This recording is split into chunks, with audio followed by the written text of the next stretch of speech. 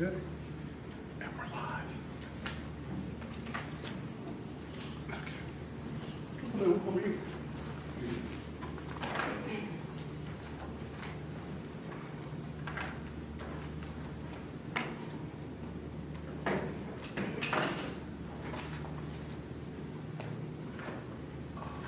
Did you hear from Steve today? Yes.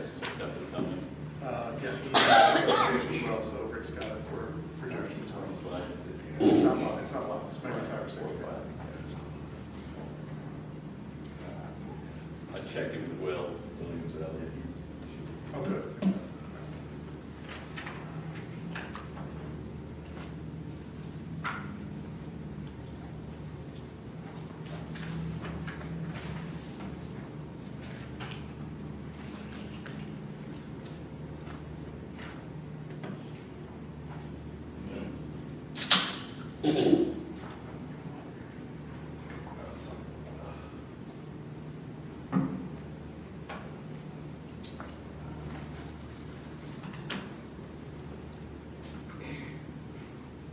Hello, Mr. and Mrs. Ribari. Hello, how are you? Good, how are you today? Oh, not bad, not bad. Hanging in there. Glad to hear it.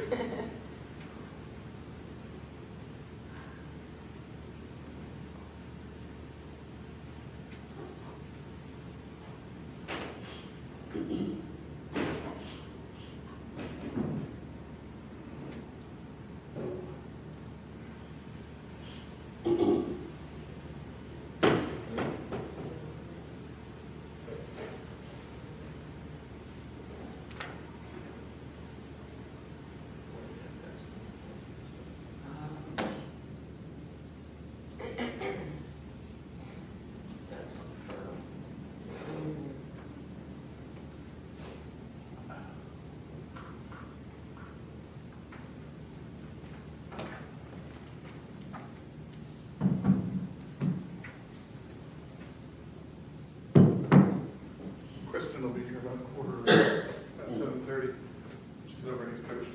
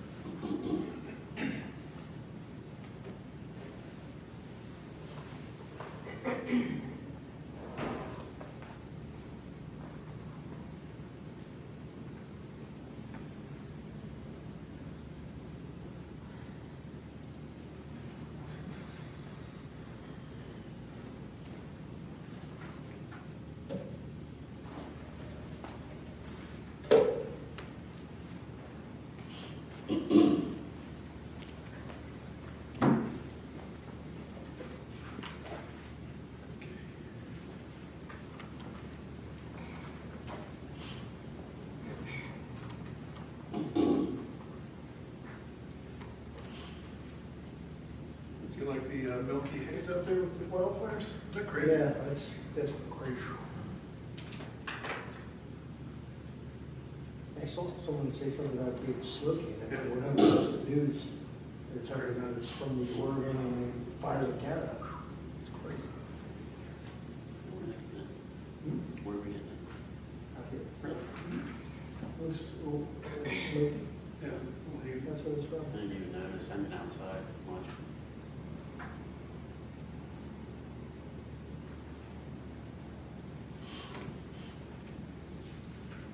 Casey, I stuck the Embarrass plans and the stormwater agreements there. And there's a couple copies here on this one.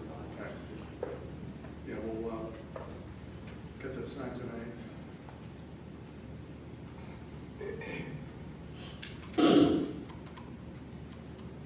Fat, simple, something else. Yeah, Done all. we have, yeah, this is pretty cut and dry.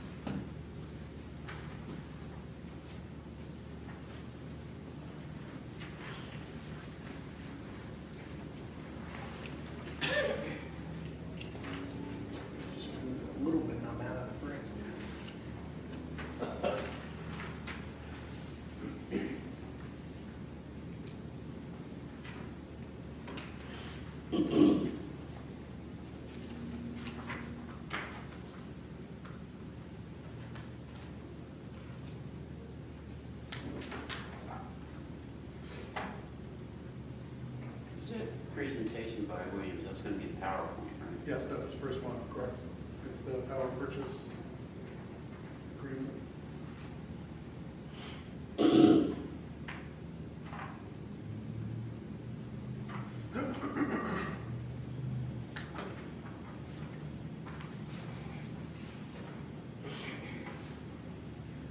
Good evening, Ron. Fair warning, we are already streaming, so we're already streaming. Oh, okay. Fair warning Just you and Red, huh? so far. So far.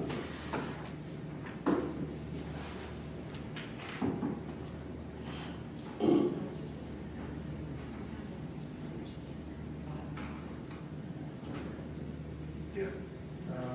Well, I don't know if they've set them on the date because it always has to do with the Eagles schedule. Oh, is that the? Philadelphia Eagles. Yeah, no, because we can't have it the day that there's a 1 o'clock game. No show. We've had that happen at least once, so it's either gonna be a 4 o'clock game or it's a week where they're playing Monday Night Football. Fair enough. That's Just good. let them know. I think they'll talk about, yeah, I think So they'll talk that about he it would know tomorrow. that we're moving in that direction. Absolutely. And, And we're gonna make it extra big and yeah, and then, take yours. Yeah, it'll be fun because it's been such a long time. And I don't even know what happened in 19. I don't know whether it was weather. What was the time when you guys, in 2020 Oh, no. when you had it? It was 19, it was 2019. Yeah. We had to delay it a week. Hey Steve, how are you? Good to see you. How's it work tonight with the department going? Just, okay, Rick, who's sitting next to Bill, he just went to the bathroom. Just giving a heads up to move ahead. Okay. Yeah, it'll be running from, Sorry, Oh, yeah. we need 3 phone numbers. Oh, so just give a heads up to Rick and we'll move ahead. then let me send them to me too. Yeah, But well, that's the best way, I think. He's doing okay. He's doing better. Oh, I know. Right. Absolutely. we had to take the oldest to do an emergency visit for that on Saturday. They were out there playing in the airplane. Next thing you know, she just comes up on one of the line. We're over the line. Oh my gosh. So a nap or something, or got poked or? Well, we took it, and she said, it looks like he has a little scratch. Oh, no. And she said, she's a little obvious. Oh. So she thinks he might have something. So she wants us to follow up, we follow up on Friday. And then if it hasn't cleared that, volumes hasn't cleared. Right. Doggy ophthalmologist, absolutely. Thank God. I Get had him that. there. Oh, I was gonna say, I wonder how much company is gonna cost. Well, he cost me $1,200. Oh, I'm sure, I'm sure. So from that point forward, pet insurance. So that's not That was happening smart. again. It's just on the one dog. No, I have all 3. Oh, okay. It's as expensive as you. My dog has allergies, and he's been snorting. Like when he sneezes, it goes all over the wall. And my husband keeps saying to me, when are you gonna go clean those walls? I'm like, why would I do that? He's gonna keep doing it at the end of the year. Well, Till I get to Christmas, I think I'll get to clean. so I brought the stuff up that we were dealing with the puppy. And the vet was like, well, try some training. She goes, it could be just separation. She Well, if goes, she only has big brothers, who's gonna cuddle her like a mommy? she said, I can prescribe some medicine. Yeah.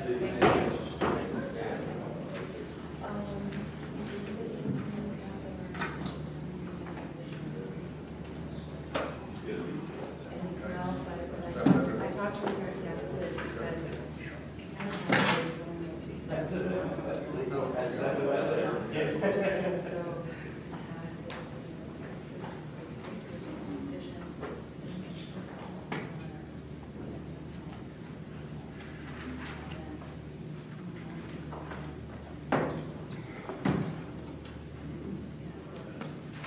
Hopefully this is going to be the last issue we have to discuss.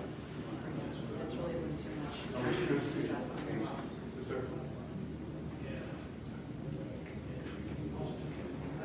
Ken Lear, so. Oh, yeah.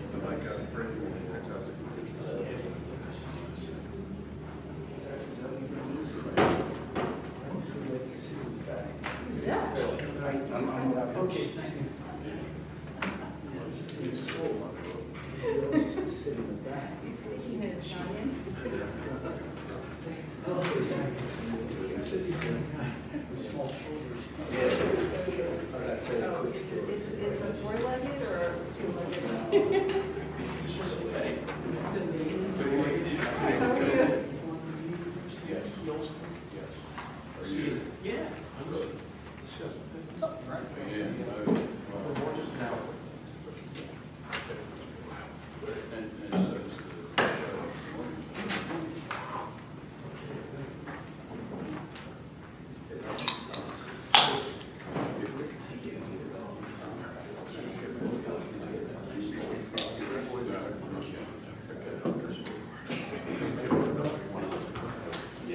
I saw that the other day, but it was not like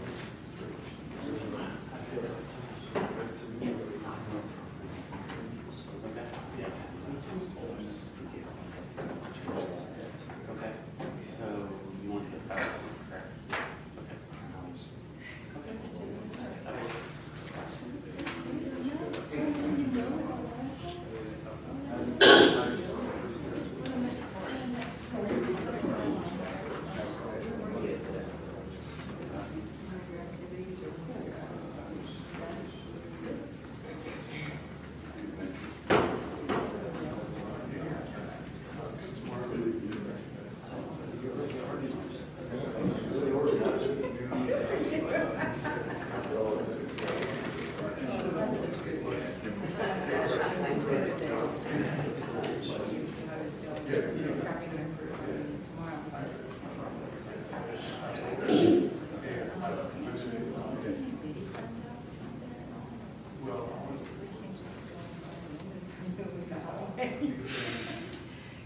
Because you know he's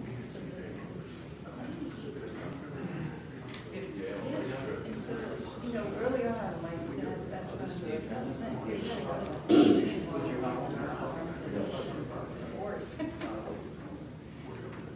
that's kind of going.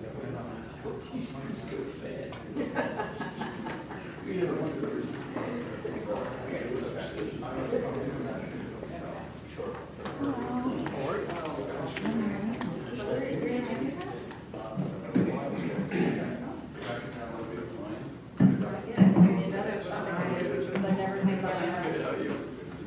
No, I'm going to. I'm totally going to. Yeah. Short answer is no. It's been a long 2 years of like, you know, being home with every day. Amazing, yeah.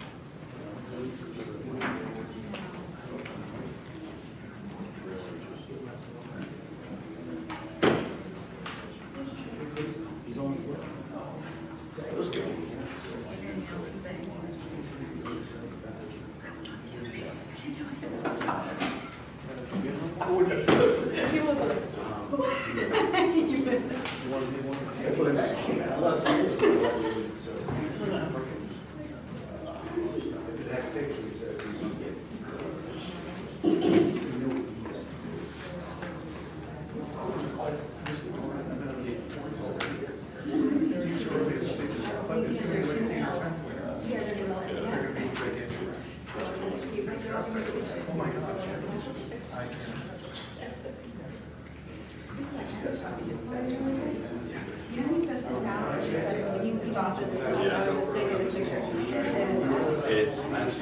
confusing.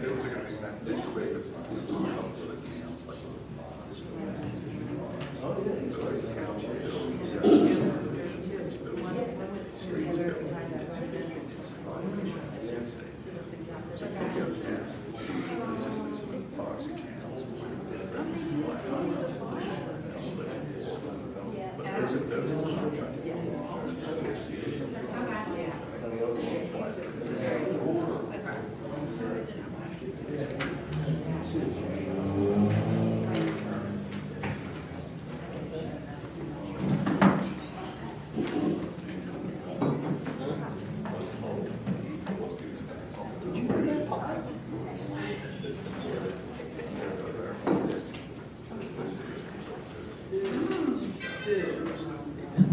give you a celebration.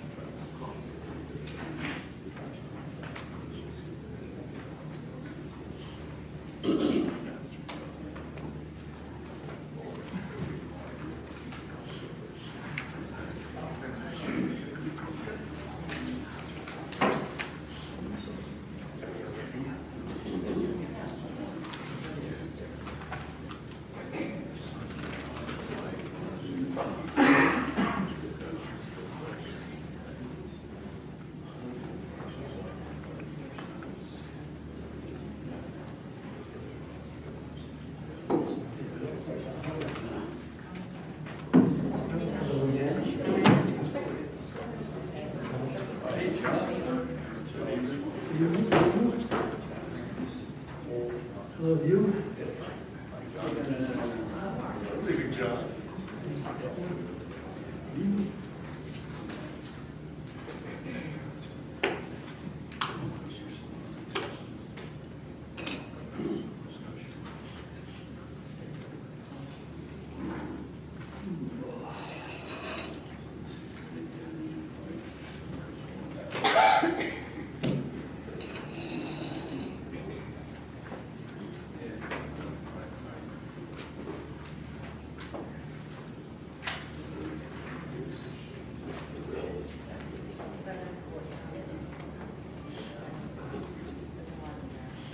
Welcome back. You look lucky, right? Yeah? Right. How was it? Good. Good morning. Oh, wow. We should be over by now. Sometimes I don't know. I'm sleeping in my office. There should be a time limit on it, but. No, I'm gonna flush for you.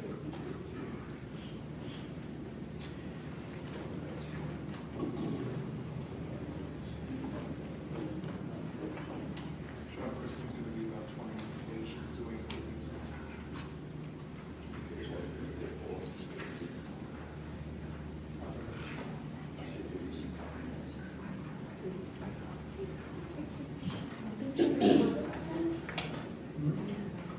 Yeah, we haven't been there for a couple of weeks. My wife, she had surgery. Oh, my God. So she is basically in recuperation mode. Yeah. So we're not able to go on. Did you relax in that, taking it easy? Exactly. In fact, the PT person came today and said, you're doing too much. Really? Yeah, it's just a really stuff. It's a pretty intrusive operation. Yeah. But I mean, it's the right thing to do, but basically go to town and they move the ball, get the spin, it has to, you take all that Oh, out. my God, that's really You great. know, it's just kind of scary just to think about it. And then these people like, oh, man, good state. Yeah. But anyway, she's been getting around slowly, trying to do too much. So, you know, we're just basically hanging around homestead. But I thought I went down, so she's getting used to it. So at least it's getting something.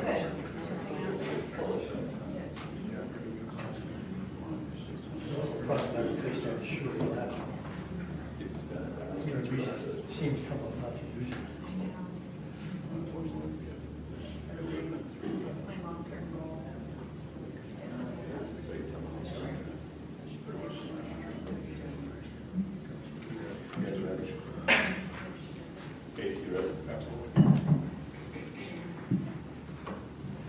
Well, good evening, everyone. Welcome to our July Board of Supervisors meeting for West Goshen Township. To start the meeting, if you please stand and join me in the Pledge of Allegiance. I pledge allegiance to the flag of the United States of America and to the republic for which it stands, one nation, under God, indivisible, with liberty and justice for all.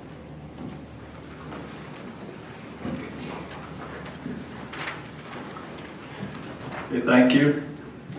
Please be aware that this meeting tonight is being live streamed on our YouTube channel, and that members in the room may be audio or video recording the meeting as well. Our first agenda item tonight is number 4 on the list, and I'd like to introduce Will Williams, who is the Sustainability Director for the Westchester Borough. Will has been leading a local cross-municipality effort to jointly procure renewable source electricity to meet the electric demands of municipal operations for several of our local municipalities. The work has now reached the point of requiring individual board action. So there is an ask tonight for possible board approval, and Will will lead us through his presentation. So Will, over to you. Good evening, everyone. As Sean said, I'm Will Williams, Sustainability Director for Westchester Borough.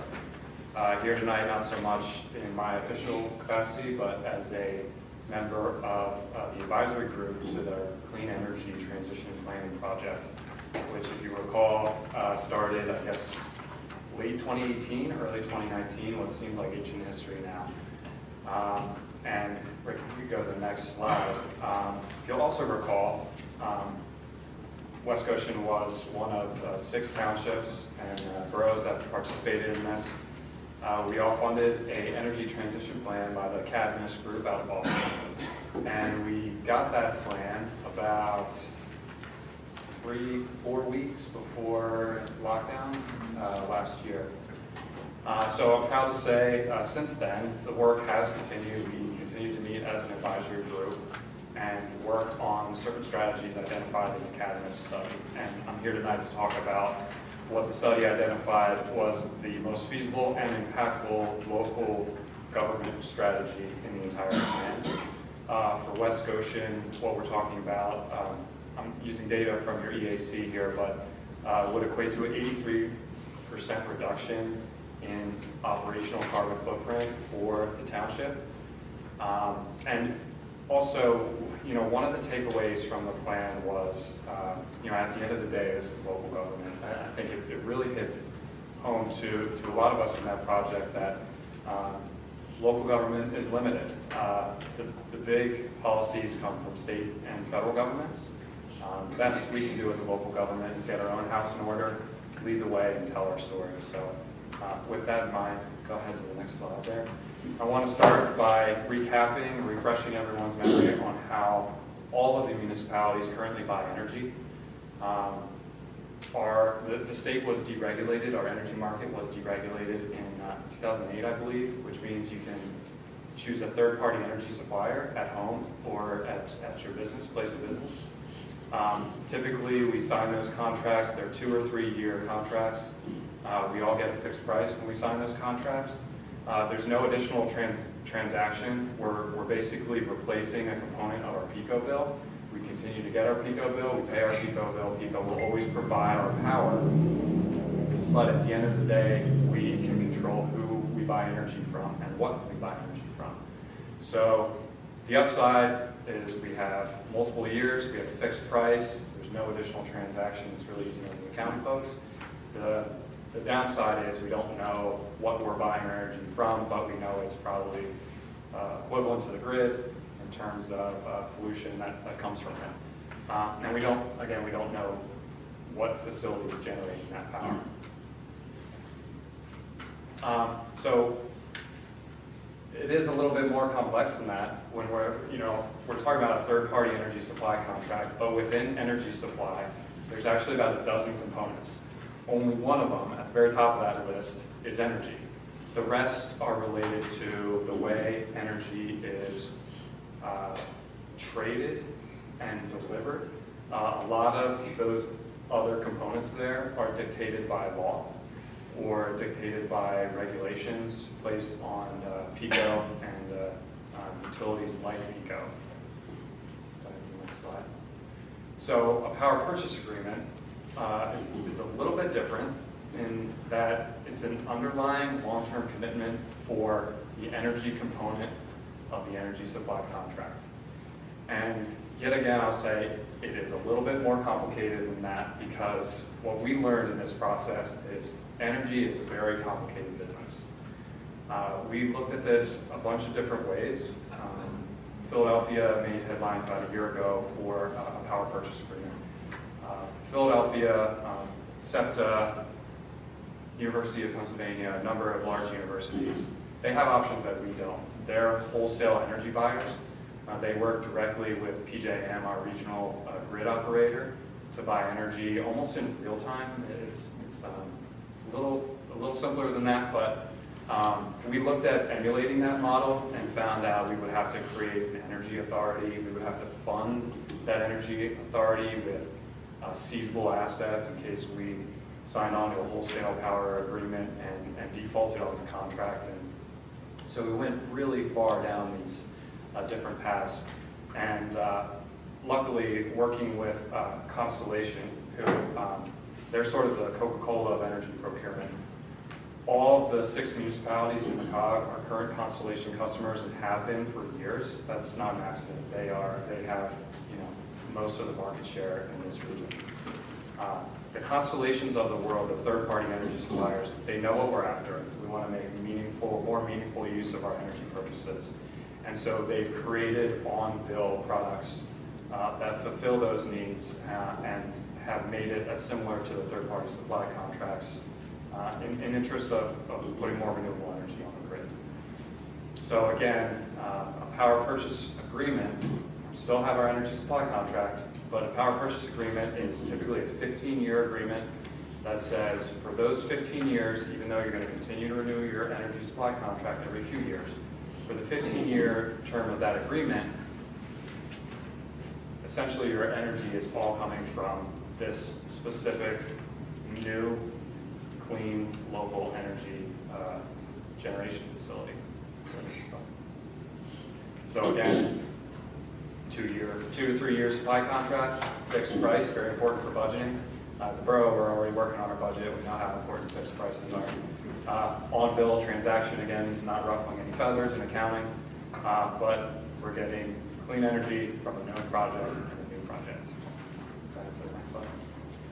So I'm going around to all the municipalities in the COG and presenting this to them in hopes that we can all kind of leverage our collective buying power.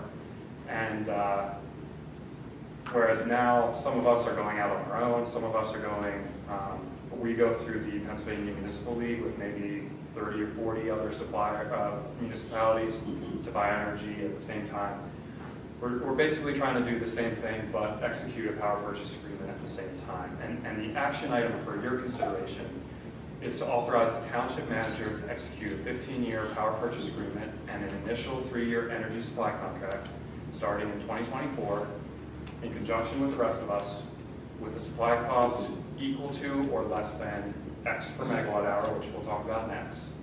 But I just want to hit on the process here. Like I said, I'm going around to all the municipalities and asking them to consider this question. And at the end of that, we hope to have everyone more or less in agreement on a price. Unfortunately, whoever sets the lowest price, that's going to have to be the price that everyone runs with. But the other thing about the process here is typically those 2 or 3 year contracts that you're signing now, you'll get a quote from it, you'll have maybe 30 days to get it signed and back to Constellation. It's a little different here because when you're ready to sign a power purchase agreement, you have 24 hours to turn it around and get all the participating municipalities, in this case, the developer of the project, the Constellation, the third-party energy supplier, everyone has to sign that within 24 hours. So rather than have a contract that says you're going to pay $55 a megawatt hour for 3 years, let's talk about it now. Want to have that conversation ahead of time. The board agrees we'll pay up to this per megawatt hour. And that way, if you all approve that, then it makes the logistics of getting that contract signed a lot easier because you can just work with the township staff at that point. So I just want to stop there and pause and see if there's any questions so far. You've done this presentation twice before? Yes. Have you gotten numbers from them? Yep. Okay, good. Could maybe hear those? Or is Yeah. Go ahead to the next slide. Hey, Will, I have a quick question. Sure. I thought it was 2023, not 2024. Aren't we in a 21, 22 period right now, and then 23 was the most of the municipalities were ready to renew? 2024, so some of us have contracts through 2023. I think it's only one or two. And you've been included in some of those conversations with Constellation. That's, I think, ultimately not a big deal. If we're already customers of them and we're looking to continue being customers with us, they should work with us. But because some of us already have those contracts, and also these, again, we're going after a new project, and the power purchase agreement, once it's executed, that gives the developer what they need to go out and get the project financed and built. At this point, you know, we're already in the second half of 2021. This year is going incredibly fast.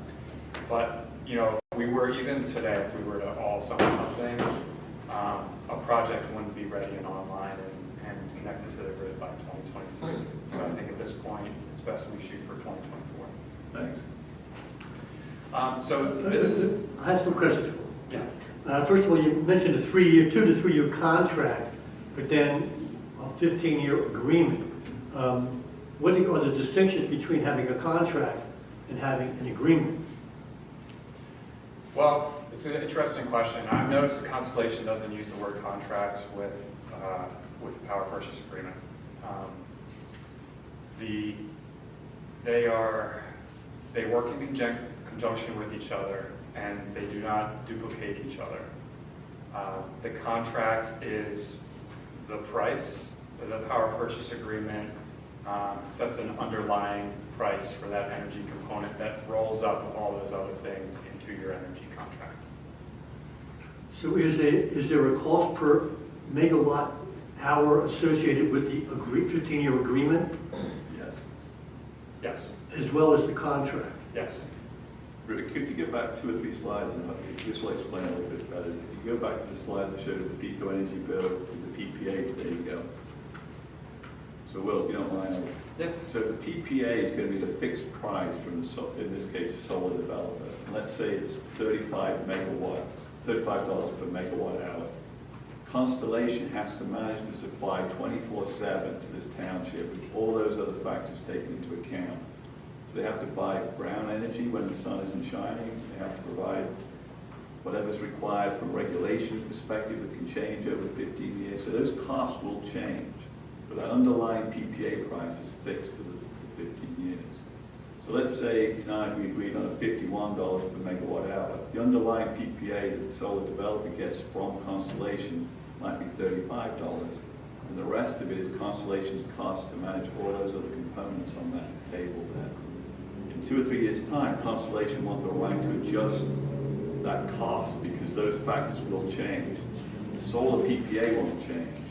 But instead of being 35 to 50 or 51, maybe it's 35 uplifted to 55 because that's as far out as they'll go in offering you a fixed energy supply price.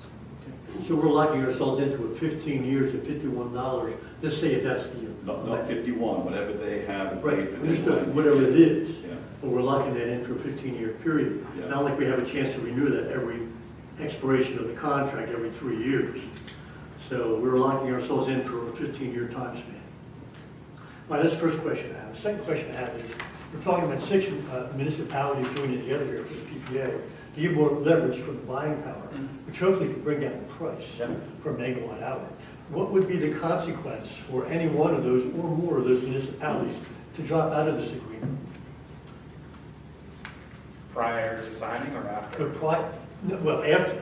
Of course, there wouldn't be any consequences prior to. Yeah. But after signing into a 15-year agreement term, what would be the consequences if one or more of those municipalities decided they no longer wanted to be part of it? So if one of us were to default on the agreement after it's signed, I will say it won't affect the others.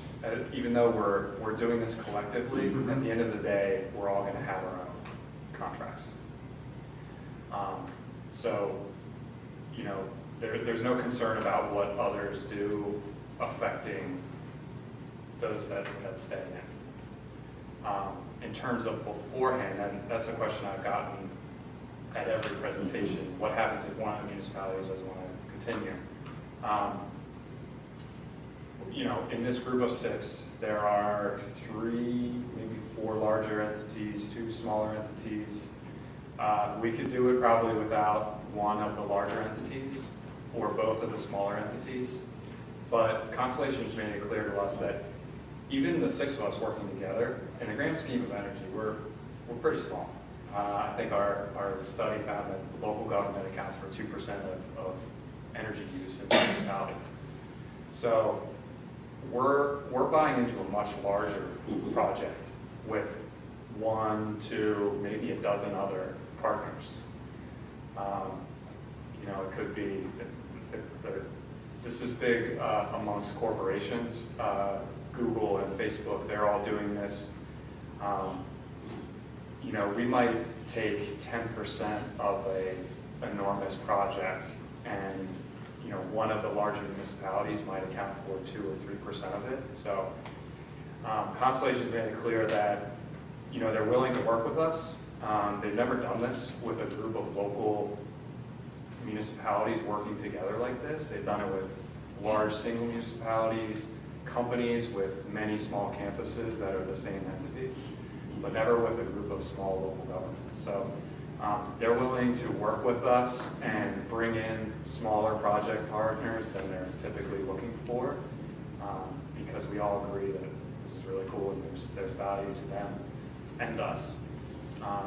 But, you know, if they're going to still entertain those conversations, if, you know, West Goshen and Westchester Borough drop out and half the energy use of the COG, the collective 6 goes away, it's probably a different conversation. So, In what way? Do you think they will look to have a higher price per megawatt hour that they would look to? yeah, or even entertain us. I mean, if it's East Bradford and Westtown Township, you know, East Bradford uses about as much energy as my own. So, you know, if East Bradford drops out, it doesn't really affect our project. If East Bradford's the only one left, they're not going to waste their time on such a small entity. So there's definitely value in us working together, but it's important to know we're buying into, even though the 6 of us working together, we're still buying into a much larger project. Okay. So let's talk price. If you could go back to that, this one here. So this is the current electricity supply, actually current and a few years of history, and our current contracts for the participating municipalities. You'll see West Goshen, unfortunately, is the highest right now. And the sewer, is it a sewer authority? Yeah, the sewer authority is pretty competitive there at about $50 a megawatt hour. The township is about $58 a megawatt. So if you go to the next slide, now Casey, you asked about dollars, filling in that blank. As I mentioned, whoever sets the lowest price kind of dictates the price for everyone else. Well, Westchester Borough is currently paying the least for energy. The Borough Council agreed to, we're at $43 a megawatt hour. They agreed to go in at $51 a megawatt hour, mostly because we got a quote for 2024 at, I think it was $48, $49 a megawatt hour. So they agreed to pay a small premium in the interest of bringing everyone else along. And, you know, the higher the price we agree to, the more likely it is that we get a power purchase agreement in place. So $51 a megawatt hour, what does that mean for West Goshen? For the sewer authority, it's a 2% premium on the supply cost. That comes out to $4,300 a year additional cost. For the township operations, that's a 14% discount versus today, and a savings of $12,600 per year. So going in at $51 a megawatt hour would provide all of West Goshen operations a savings of about $8,000 a year. And there are the usages, the megawatt hours, the bullets below have the megawatt hour usage for each and the current price. And then could you go actually back towards the slide? I'll also point out that, you know, last year the township was paying $68 a megawatt hour. We were all paying 51 or more last year. So just to give you an idea, the market really bottomed out in 2019 when we were renewing contracts. And that's how we sunk down to the low 40s there. even during COVID, energy prices were pretty flat. Natural gas and oil was all over the place. But natural gas and electricity, despite all those empty buildings, everyone staying home, energy prices really were pretty flat. I tried to extend our contract, and it wasn't worth doing even in the pit of the pandemic last year. So just a little perspective on energy prices.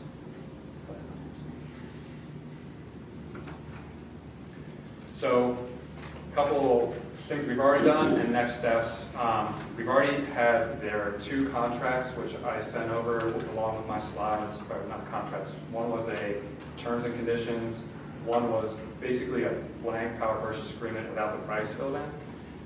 Those were reviewed by Kristen Camp, who's the solicitor for West Goshen, Westchester Borough, at least one of the other participating municipalities. She had some minor comments, mostly helping her understand the energy transaction piece. Second bullet there, educate and obtain approvals and contract terms from the municipalities. That's what we're doing tonight. I have the rest of my meetings scheduled. Will be done by late August. Once we have that price that everyone's agreed to, we're going to pencil that into the contract and then engage a third-party energy consultant to do a sort of a final sanity check on it. Then, the next actual to-do of staff is to provide a letter of commitment back to Constellation that says, we understand what this is. We understand the contract logistics. Keep in mind, they're going to go out, they're going to play matchmaker with us, with the developer. They want to know that we're serious and that we understand if they find a deal we're interested, we need to turn it around in that tight time frame I described. And then the fun part, let them go out and shop energy for us and maybe get a power purchase agreement.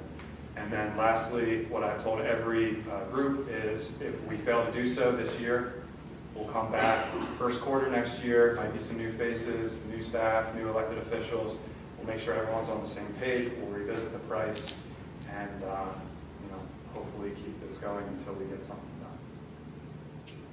That's great, Will. Thank you. So can we entertain some questions from the board for where we are and what we need to do? Well, I just have a quick follow-up question. So if we're looking at a 2 to 3 year contract, but a 15-year agreement, and you're saying that within that 15 years, they really have the right to, so let's say we did sign on for the 51 megawatts per hour, and they decided in 2 or 3 years from now that that was going to become 54 or whatever it was. Is it feasible to say that it would still be a cost savings for the township compared to what we've been spending? Yeah. Even if it were to go up, I mean, you don't think it would be anything drastic, right? No, and again, if the price changes, it's because the other pieces are changing, which we're exposed to already. Right.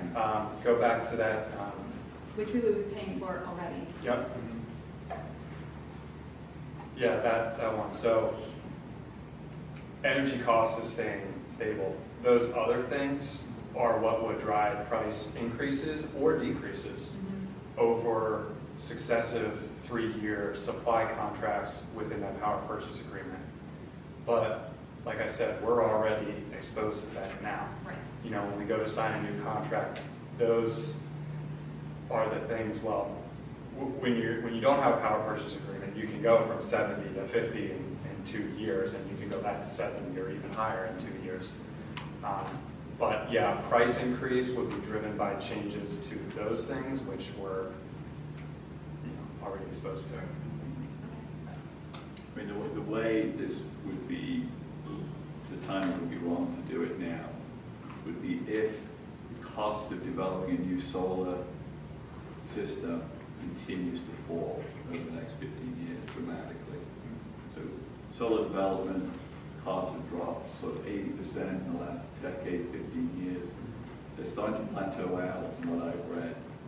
But if they're able to get cheaper leases on farmland that's no longer viable and solar arrays, the cost of the panels continues to fall and the cost of money to finance it remains low, then maybe $35 a megawatt hour is not the price of a PPA in 5 years' time. It might be 30. So you can strike a deal there, which would be an even lower price potentially. But that risk I would counter is, Casey, you've been here 15 years.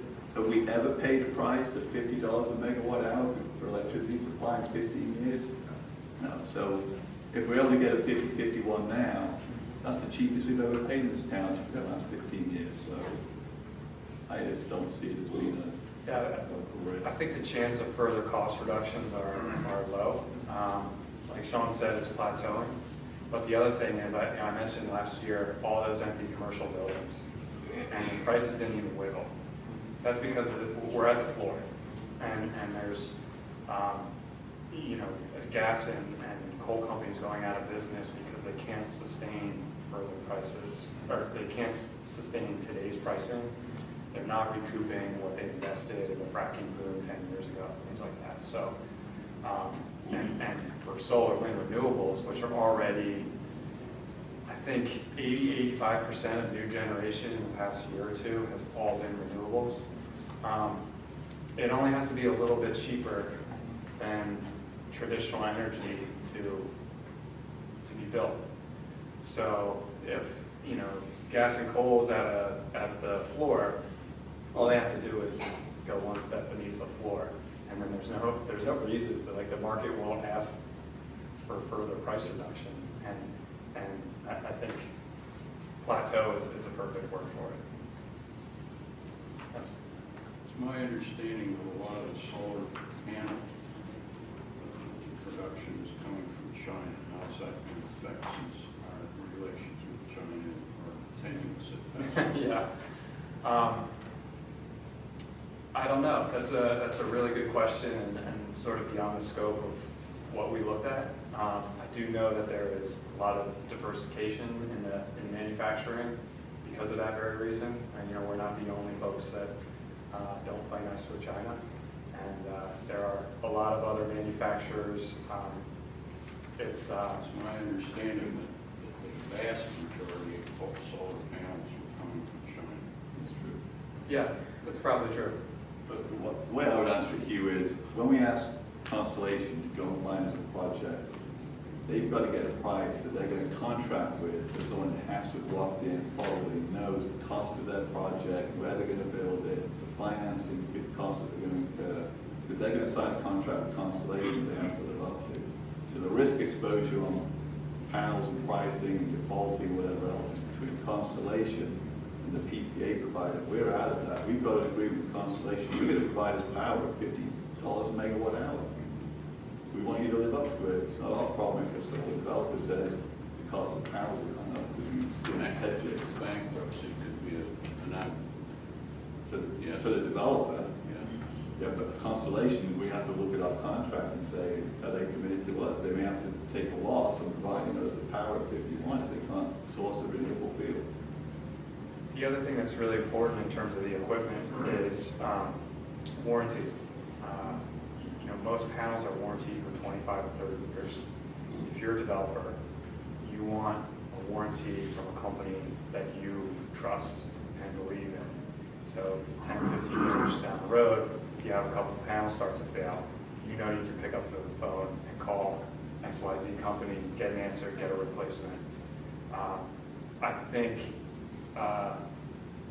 that lends itself towards manufacturers in other countries. They want, the Philips and LG and the household electronic name manufacturers that they know are going to exist in 15 years, rather than some unheard of entity from a different country.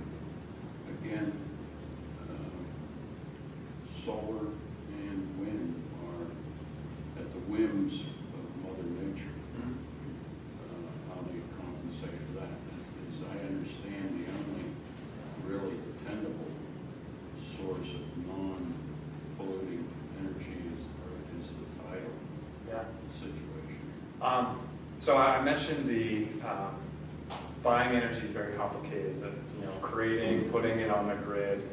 We all take that for granted. We just flip the light switch and it works. We learned how amazingly complicated it is. What we're really doing here is buying an equivalent amount of clean energy, making sure that amount of energy we use that equivalent amount is put on the grid by a clean energy resource. Now, like you said, beautiful sunny day, maybe it's working. Middle of the night, it's not working. So we're actually kind of using the grid as a battery. When our asset is generating, it's generating more than we need, it's putting excess energy on the grid, and then overnight we're using that, we're pulling from the grid. But what we are getting is renewable energy credits, which are basically pieces of paper that says each megawatt hour we use was offset by this clean energy. That credit is coming from where? The project, from the developer of the project. And who generated the credit to start? The government or Yeah, solar developer? I mean, every megawatt hour of a clean energy resource earns a renewable energy credit. And that's a government credit against their taxes, is that correct? No, in some instances they're saleable. In this instance, it almost certainly would not be, because they can be very valuable. In Washington, D.C., SRAC from a solar project is like $400 or $500. In Pennsylvania, it's $40, and they don't want people, buying them in one place, selling them in another. We could go in for $50 a megawatt hour and go down to D.C., sell our credit for $400 a megawatt hour and laugh all the way to the bank. There's regulations in place that you can't do those type of things. And, in this format, the credits are almost certainly not transferable. Again, you contract between township and Constellation. Constellation bear the risk, the insurance, the liability to perform against the price we set in our contract with them 15 years. For the like EPA. They have the risk exposure. As long as they stay in business, we're okay. Well, if they go out of business, there are a lot of people in trouble, including residential businesses. So, other questions for Will? I have another question. Maybe more for Casey. We got some information from the finance director about the amount of electricity we've used in 2020 and 2021, and also the cost from Constellation. If we took a snapshot of where we're at today, and if we instead had $51 per megawatt hour compared to what we're paying for now, what kind of cost savings would that realize for us for the township? Just to give a handle on. That's what you had up there, wasn't it? Exactly. Just slides for $13,000. One more. Yeah. So $51 a megawatt hour would be a small premium for the sewer authority and a pretty good savings for the township. And again, the sewer authority gets, well, it's not the sewer authority, it's the sewer operating fund. The authority doesn't buy electricity, we do for the plant. They get a better price in their contracts because they use so much electricity. They use, Shauna and from me, they use multiple times what we do at the township. About 3 times. So, yeah, so because we are not running pumps in the plant and pump stations, we don't run that kind of equipment, so that's why they get a better And they price. wouldn't be willing to sort of treat them as a separate entity from the rest of us as far as the numbers are concerned? It's one price for all the municipalities, right? We're going at this collectively, Right. here's the collective demand, give us the best price so we can get everybody. So bottom line would be a net savings for the township today. If you approve this price. Yeah. We've seen projects, I mentioned the higher the price, the increased likelihood that a project gets done. But in our conversations with Constellation, we've seen prices significantly lower than $51 a megawatt hour. But, that was also 6 months ago. And everything's more expensive now. So we think that $51 a megawatt hour is, a good price, offers savings to almost all of the townships involved. Very small premium for the ones who are paying less than that now. And we think it gives us a good chance of getting something done this year. Does the board have any more questions? Does the public have any questions for Will? Doug? Well, if the township signs this agreement and wants to get out of it, you may have answered this question, what's the penalty? Can the township get out of the 15-year agreement if we find something better later? No. I don't recall what the exact repercussions are for, defaulting on the contract, but we wouldn't want to do it. And that also is the same now. If we were to exit our current supply contract, the Constellation has to go out and resell the energy. Of course, they're not going to try that hard.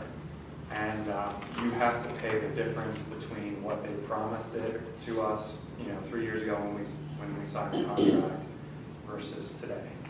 And again, I said they're not going to try very hard to sell it or price it that competitively.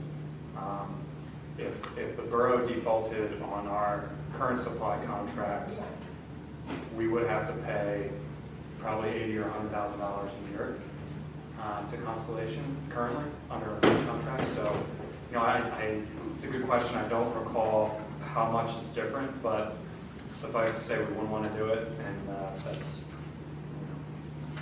that's true now. And if we're able to do a power purchase agreement as well. So another quick question. I know that there's really two things, renewable and clean. And as Mr. Purnell said, renewable, it depends on the weather, but to provide a base supply generation, can they keep the cost down per megawatt hour by relying as a backup on hydro and nuclear? Which is still clean, Yeah. but it's not solar and wind. Yeah, I think so. And I should mention that we didn't pick solar. We didn't pick Pennsylvania. When we started this, we said we would be agnostic in terms of technology. We would be agnostic in terms of location. So it was clean. We wanted it to be on the PJM grid, but the PJM grid is enormous. It's like 11 states. Most of the Mid-Atlantic and out to, I think, Chicago and back. It turns out that we've learned that the best projects right now for this happen to be Pennsylvania solar. I think the Pennsylvania part is kind of important for Pennsylvania local governments. But, we were agnostic because in my mind, these projects are in central northern Pennsylvania. What if we had a really attractive project, 10 miles that way in Delaware or 25 miles that way in Philly? I'm sorry, I turned around in the building a little bit. I'm not sure my directions are right. But, what if we could have something much closer that could be more attractive?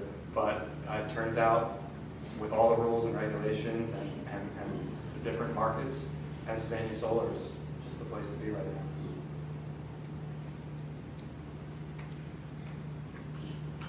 Other questions from anyone in the public?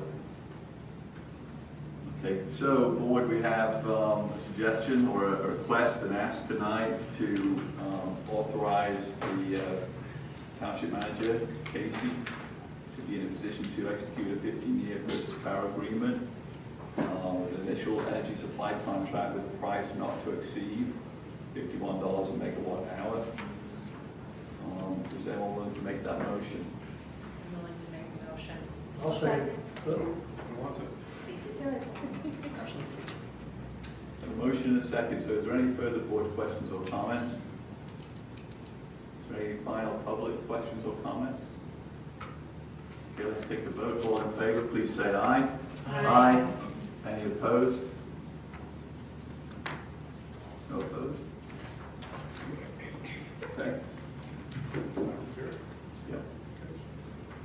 Thanks, Will. Appreciate it. Thanks for Yeah. you, Will. It's very helpful. Good luck with the other municipalities you have coming up too. All right. So next on the agenda is agenda item number 5, discussion of the 2020 Township Audit with Barbara Kane Thornton. And with us tonight is Steve Kutsaflakis, who's a partner at Barbara Kane. And I believe, Steve, you were the management oversight of the audit here for 2020. Yes. And you have a presentation for us tonight. Yes. So, Rick, if you can see that up, there it is. All right. Over to you. Good job on the last name, by the way, you nailed it. Thanks. Doesn't happen too often. So, as you mentioned, I'm here to talk about the West Goshen Township Audit for the year end December 31st, 2020. Go to the next slide. I'm sorry. My name is Steve Kutsaflakis. I'm with Barbara Kane Audit Company, and we were engaged by the township. Usually when I get to this point, of the audit process, and I come to these public meetings, it's more of a higher level, big picture overview of the audit process. They'll get done to the weeds too much. We just kind of go over some of the results of the audit. We are engaged by the township to audit the following financial statements. The township, which they present in accordance with US GAAP, that's generally the accounting principles. That's the thick report that you may or may not have. It's about 120 some pages long. The township DC report, which gets filed with the state, and that's a regulatory basis. SOAR and SOAR reserve funds, they issue sort of financial flows, which we use for municipalities that participate in your SOAR plan. The police, SOAR, and non-uniform pension plans, there's separate reports issued for each one of those. And then we do a separate audit of the SOAR authority and the tax collector. So those are the audits that we do. Just for some timing purposes, we typically start our audit, we do some preliminary work in early January, and then we come back in mid-March, and we're usually here through late March, wrap up the on-site portion of our audits. We did issue final reports in June, so Christine should have all those, and they probably up on your website already, but they have been issued. One thing I did want to mention is that the state filings with DCD were done timely. For the township, there's a report that's due first, that was submitted online, and then the Florida, there's a DCD that's due June 30th that was also submitted online, so those would have completed. Next slide. Standards that we followed were auditing standards, generally of the United States of America. Under those standards, we're basically required to plan and conduct our audit to obtain reasonable assurance that the statements are fairly presented in accordance with general accounting principles. We don't give absolute, we give reasonable. We don't look at every transaction. We do a lot of sampling and risk assessment to drive our audit. And also government auditing standards, the deeper dive audits where you look at your compliance with laws and regulations. If there are any internal control issues that we felt that we considered to be deficiency, we include in your audit report and brought to the attention of the board. Some responsibilities. Statements that we audit ultimately are the responsibility of management. They're not our statements, they're townships. Here at the township, they substantially complete most of them. Christine does pretty much like 90% of the statements. We help her with some of the footnote disclosures, but other than that, she does the whole thing. Some other townships may have the auditor help them prepare the statements in their entirety, which is fine. It's just, you have to accept responsibility for them when they're complete, because they are your statements. In order to remain independent, we can't take responsibility for them. Manager is also responsible for putting controls in place relevant to the fair presentation of the financial statements. And finally, we are responsible for conducting our audit to obtain reasonable assurance, as I mentioned before. So our ultimate goal is to give an opinion. And we give unmodified opinions on all reports. So basically that means that we feel that they're free of material statements, that they're fairly presented in accordance with GAAP. So that's what you want to get. And then finally, on this slide, I want to mention that we do evaluate the township's internal controls for a purpose of planning our audit approach. Based on the limited review of internal controls, there's nothing that we felt that we need to bring to the attention of the board, nothing that we consider to be a deficiency in internal controls. The township does have really good segregation of duties. They have about 7 people in their accounting department, which is it's thorough. So all your main functions are segregated: your cash receipts, your payroll, your accounts payable, so for the tax collected portion, it's all separated. So there. Next slide. As I mentioned before, we do a risk-based audit approach. So we kind of design our procedures to focus in areas where we perceive to be greater risk. Some of the things that we do is we interview individuals at various levels of the township. We talk to staff, management, the board. We interviewed Robin this past year. We do document the township's internal controls. The reason for that is if we were to see an area where there was no controls or weak controls, it'd be an area we would do a little more work in. We do a deeper dive. That's the purpose of that. And then analytical procedures where you look at trend data, your budget versus actual, comparison of actual data to known facts. Coming in, before we get started, our audit, we had already done a few other municipalities, and from doing those audits, we knew that past year, despite COVID, EIT collection didn't seem to take a hit. Most townships did have, actually do better this year. So that's an example of things that we consider that we know, we look for.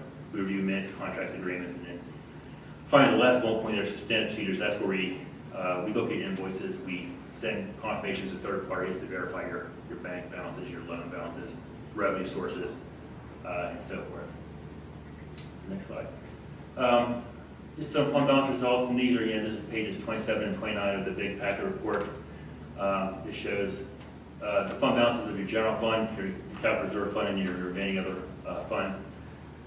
The general fund this year ended with a fund balance of $16.4 million versus $16.2 the year before, so it's up quite a bit. I'm up a little bit. Of the $16.4 million, $12.9 of that is truly what's considered unassigned. That means you can use it for whatever purpose you want.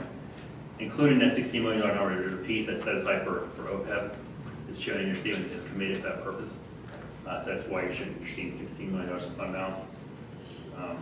In your internal report, you can see the $12 million number. The capital reserve fund this year, which is the blue bar, ended the year with a fund balance of $4.6 million compared to $4 million the year before. So that's an increase of about $590,000 this past year. That fund did receive transfers in, mainly from the general fund of about $2.3 million.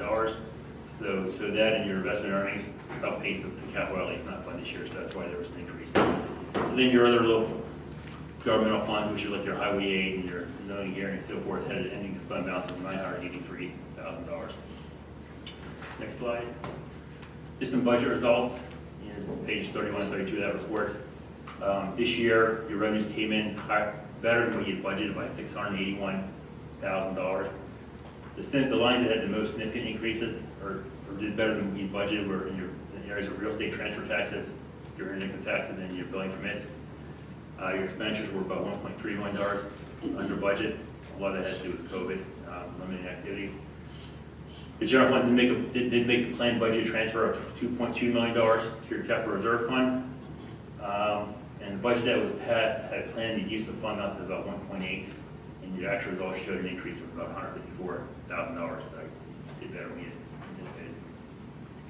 Slide. When it comes to your sewer, your waste recycling activities, so the township report to sewer authority gets wrapped up into that due to the relationship with the township. So that's the biggest bar, that's the green bar, which shows the head ending net position of $30 million versus 27 the year before. The bulk of that is your investment in your infrastructure, your plan, your sewer plan. And then the blue bar is your sewer and sewer reserve funds, and then the black bar is your waste and recycling funds, which shows the year-to-year comparison. Sewer's down a little bit from 2019, actually it's a little down from 2019 to 2020. Reason being is this past year an additional transfer was made from your sewer fund to the sewer authority for about $1.5 million above what the annual lease payment is. That's really the reason there. Next slide. Usually I always get a lot of questions about the pension plans, how they're doing. So this is the information seen on those pages of your report. As of December 1st, 2020, these are based off the actual evaluations done by Kleiner and Siegel. Your police pension plan was actually overfunded, so that it was funded at 109%, resulting in a net pension asset of $1.8 million that gets reflected in your statements. Your non-uniform plan was 83% funded, resulting in a pension liability of $2.2 million, and your sewer pension plan was funded about 88%, resulting in a liability of $854,000. That underfunded piece gets reflected in your statement. And this past year, the township didn't make all the required MMO contributions to each of the plans. So I want to mention that. Next slide. Finally, the other benefits that the township offers are OPEB, that's other post-employment benefits, employee benefits. Those are other than pension. Based on the actual evaluation report done by Connor Siegel, the liability that is shown in your statements is about a little over $5 million. That's 12/31, prior year 6.4. And that has not, for this purpose, it has not been funded. I know you're setting money aside internally for this purpose, but unless you have a trust, like your 3 pension plans are, it doesn't count as funding that liability. The reason being it's not protecting creditors, and down the road, if there's a different board, they could possibly decide to pull the money out if they chose to. So that's really why that doesn't count. Next slide.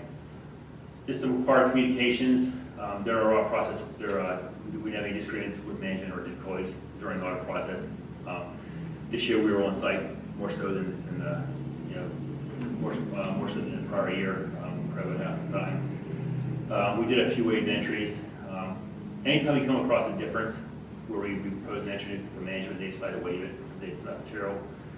required at least bring to attention. So we did a couple entries related to accrued payroll, retainage, and accrued interest on debt.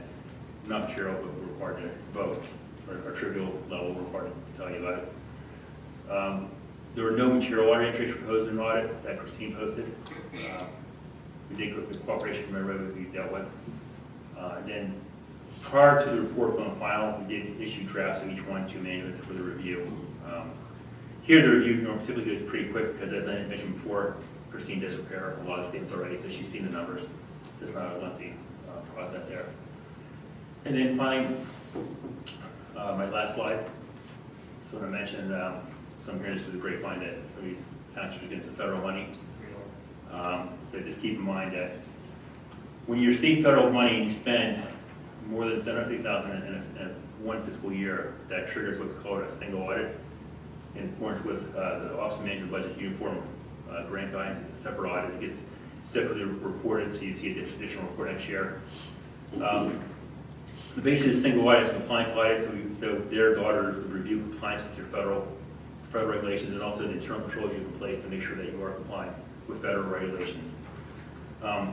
Things that typically are looked at are, for example, township's written internal control policies over managing federal funds, procurement, how funds are spent, usually federal grant type reporting requirements, and so forth.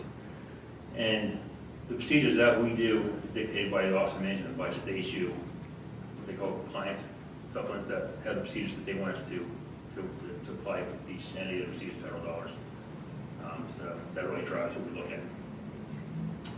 And I guess one thing I did mention is when you do a single audit, the results do get uploaded to the Federal Audit Clearinghouse, which is the oversight agency that they do look at the results. And if you had a finding, hypothetically, whoever gave you total money could look at that negatively, require some corrective action from you. But just wanted to bring that up. I'm here. I've got a lot of questions from other municipalities that regarding federal funds. And particularly in the past, you've never had a single audit. So I'd bring that up. All right. So, board questions for Steve. I'll kick it off with one. So the staff that you had on site from the audit, were there some new folks this year than the previous years? Actually, the whole medical team is new this year. Yeah. So they had no previous experience with working with the township or relationships with staff or anything? Right. Yeah. It's easy for us to interchange staff because, we have two niches our firm does. One's government, one's nonprofit. So our staff pretty much work with government entities. So it's easy to pull somebody from somewhere else from into your audit. And, yeah. So the team is actually totally different this year. Okay. Thank you. Questions from the board? Yeah, I have a question. Several years ago, there was an employee at Cannon Township, Township Secretary, I believe, who was found to have embezzled hundreds of thousands of dollars, which occurred over several years' time. Part of your risk assessment that you just showed up there on the screen included documentation of the township's internal controls. As part of that documentation, were you able to identify any deficiencies or make any suggestions in what could be done here in West Goshen Township to ensure that anything like that could not happen here? Cannon Township historically did have management letter comments where there were internal control matters that were written up and issued, but they were never shared with supervisors. So that's been actually in the newspaper. So I want to mention that. What was the other question? Well, my question was, is part of your risk assessment was to document the township's internal controls. In so doing, did you find any deficiencies or have any suggestions on what could be done better? Yeah, the auditors did have, yes, internal control deficiencies. There was a management letter comment issued every year that citing internal control deficiencies that was never acted upon. That was for Ken. We're talking about John's asking about. Yeah, we're talking about. Who are you talking about? I'm talking about West Goshen Township. Oh, here, I'm sorry. I'm thinking I was stuck with Ken for a second. Okay, sorry. West Goshen Township? No. In the past, I think the last time we mentioned something here was probably about 7 or 8 years ago. It was a while ago. It was, I think, like 9 years ago. Yeah. I'll describe it quickly. I don't even remember. In the police department, they had 3 clerks, and one of the clerks, it was the, I remember exactly, it was the false alarm fees that we charge. The clerk was sending out the bills and receiving the payment, doing both sides of the transaction. So Steve and his team discovered that, and we switched it immediately. So that was. Yeah, anytime there's a management call, we do the following year follow up on to see what has changed. That one was rectified in the next year, so it's clear. I just want to understand, does that mean that we are going to be having a single audit? Yeah, I've heard, based on numbers I've heard, Yeah, we're receiving it. Yeah, Yes. we're gonna be receiving 2.4 million over Yeah. 2 years. Well, within 12 months, kind of. Yeah. So depending on how quickly the board spends the cash, Oh, I see, so it's all. it's based on expenditures. Yeah, it's based on when you spend it, not when you receive, so. Right. Assuming it's reimbursement, basically, I'm not sure. No, we're actually getting a check for. Oh, you are? Oh, not a check, but, yeah. Yeah. But basically, it's based on your expenditures. Right. So, if you don't spend it, there's nothing way for us to Right. audit.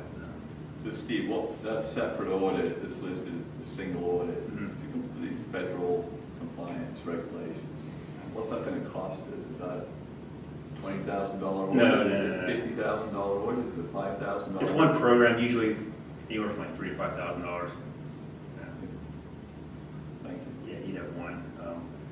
Like, when it comes to like, for example, like other entities like school districts, they have multiple pots of federal money that come in, like Title I and 98 different, so there's a whole risk assessment that goes with doing a single audit too. You have to look at those programs once every so many years, unless there's a risk that kind of warrants you looking at it more often. So sometimes you may have to look at 6 or 7 programs for the school district. So their single audits could be a little more, than a township where you're getting funds from one program. So yeah, it wouldn't be $20,000. Is Barbecue Thornton doing the audit, or is it somebody else?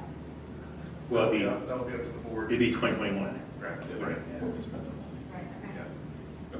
Have we got this money yet? No, I think, we have not gotten ours, but I think 1 or 2 municipalities have gotten in Chester County, but I think they're smaller. But we should have it in the next 2 weeks or so, the 50%. And we could pay for that audit out of the funds we receive from the government, could we? I don't think that's how. Depends. It depends. Sometimes they let you allow administrative costs. It depends. I haven't seen the agreement, but Yeah, that's never been. I hear it's pretty vague what you can use it for. There's not a lot of. I've got like a lot of. Yeah.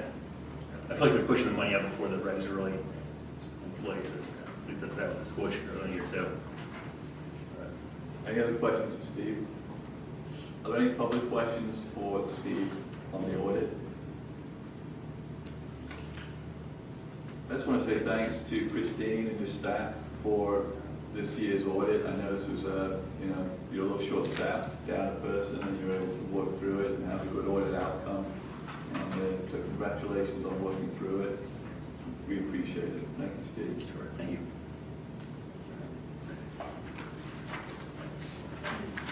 Okay, so next on the agenda is item number 6, which is the final land development plan for a 1,084 square foot building addition at 220 Garfield Avenue for Envira LLC.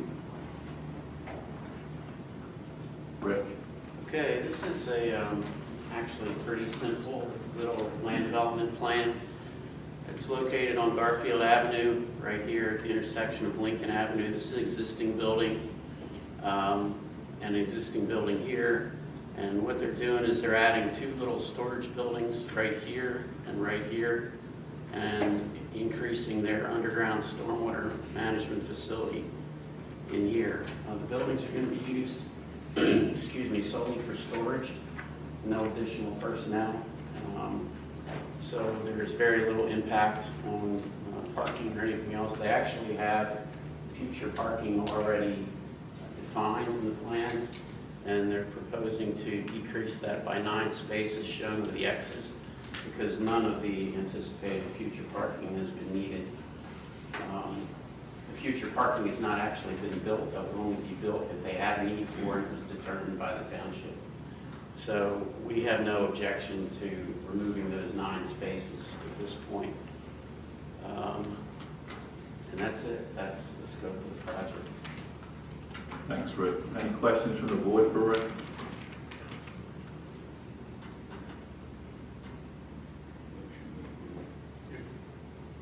No questions? Okay, so do we have a motion to approve this? Yes. Do? Hugh has made a motion to approve the land development for 220 Garfield Avenue. Is there a second?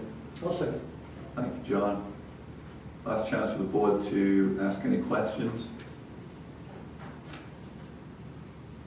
Okay, are there any public questions or comments on this land development plan? Okay, looks like we're ready to take a vote. Well, there was just extensive discussion about sidewalks here, but the decision of the planning commission, I think, the general consensus was it really didn't make much sense in this particular instance. It's an industrial site, even though it was a recommendation from the Chester County Planning Commission, but it just didn't seem to make much sense in this particular instance. But overall, the idea about having sidewalks, we want to see them happen, but it really didn't seem to be feasible, especially considering the size of this project. Okay, thanks, John. Any other comments or questions? Okay, I think we're ready to take a vote. So all those in favor of approval say aye. Aye. Aye. Any opposed? No. Passed. Okay, moving on. Agenda item number 7 is the mid-year 2021 budget review and discussion. I believe, who's going to run through this, Christine or? That's up to you. Christine's here, but whatever you prefer.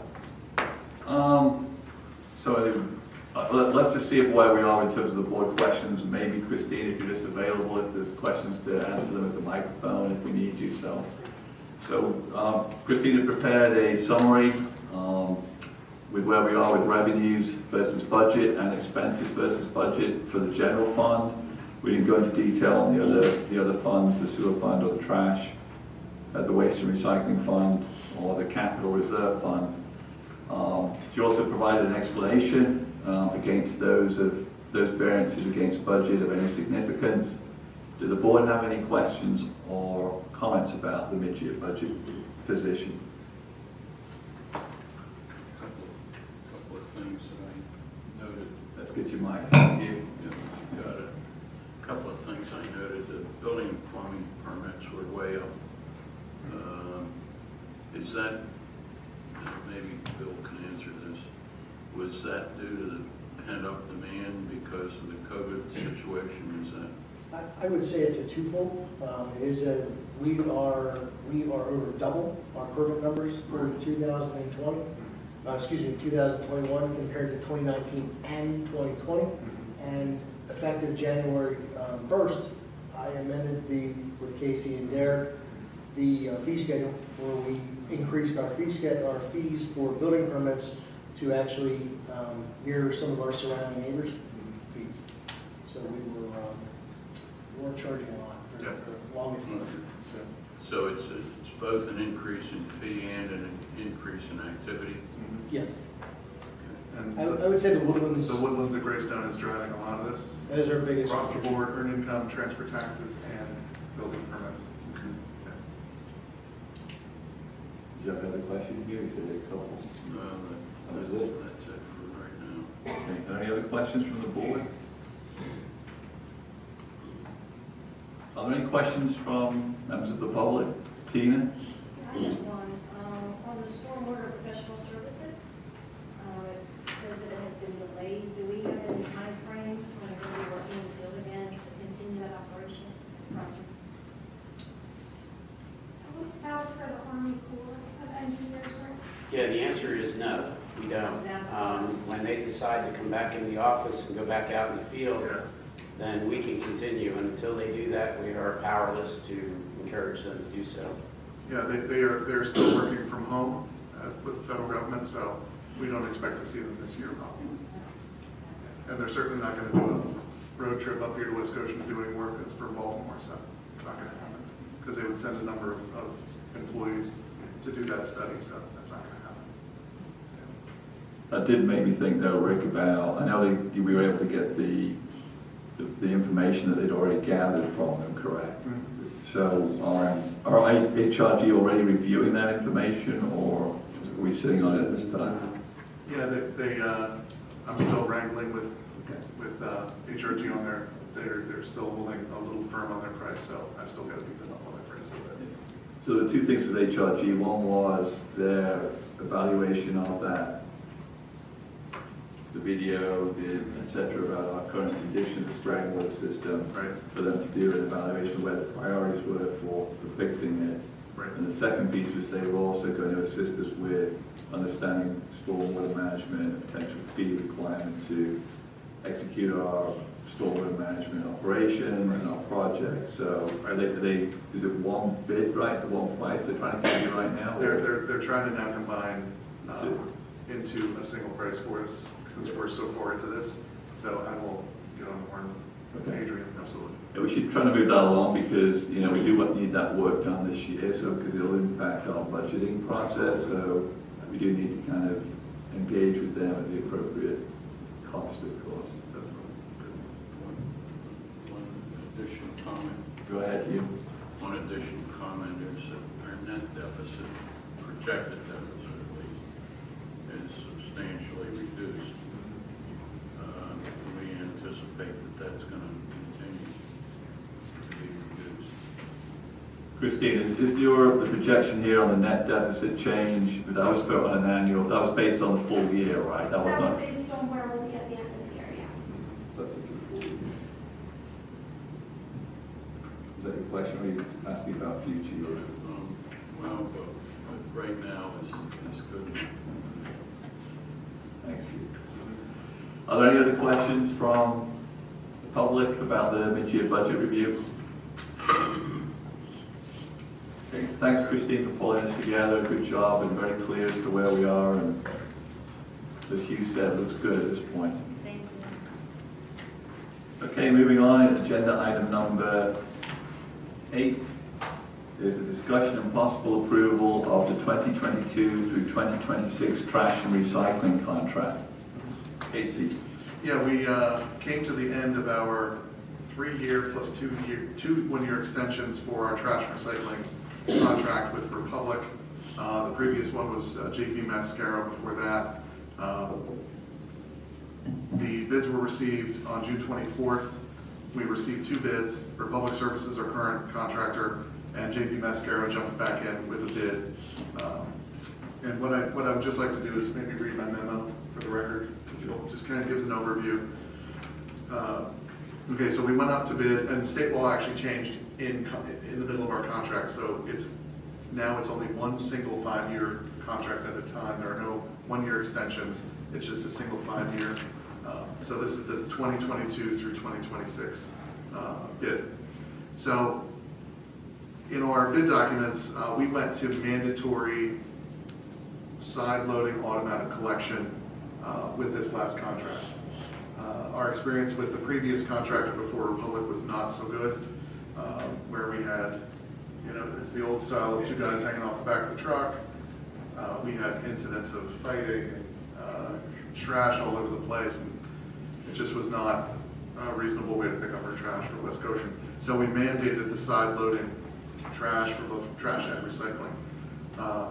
So in our contract for this next 5-year, we pretty much maintained what we had in this current contract, where we have twice per week automated curbside trash collection, once per week automated curbside recycling collection, once per week manual bulk trash collection, where there are 2 guys in the back of the truck that have to lift up a sofa or a chair, whatever. Once per week SEPTA route bus stop trash collection. I think we have 4 currently, 5, I think 5 currently that the township bought and installed recycling and trash receptacles to try and limit the trash that was kind of floating around. And once per year, Christmas tree curbside collection. And then we also, per DEP mandate, we do a monthly yard waste leaf collection curbside. And the gray trash toters, the township actually purchased those back about 12 years ago. They had a life expectancy and warranty of about 10 years, so we're overdue on replacing those bins. We spent about $350,000, $360,000 on those 12 years ago. The prices really haven't changed, but we didn't see the need to go to that expense again. So we kind of put that into the bid to have the hauler supply the trash toter this time, because they were already supplying the recycling toter. So again, Republic was the low bid. You have to take low bid. There's no negotiations. And again, we did receive 2 bids. Republic Services, again, was the overall low bid, with a 5-year bid of $9,884,810. JP Mascaro was the second bidder at a bid of just over $15 million. And the reason we think we don't know for sure is JP Mascaro does not own a single side-loading automated truck.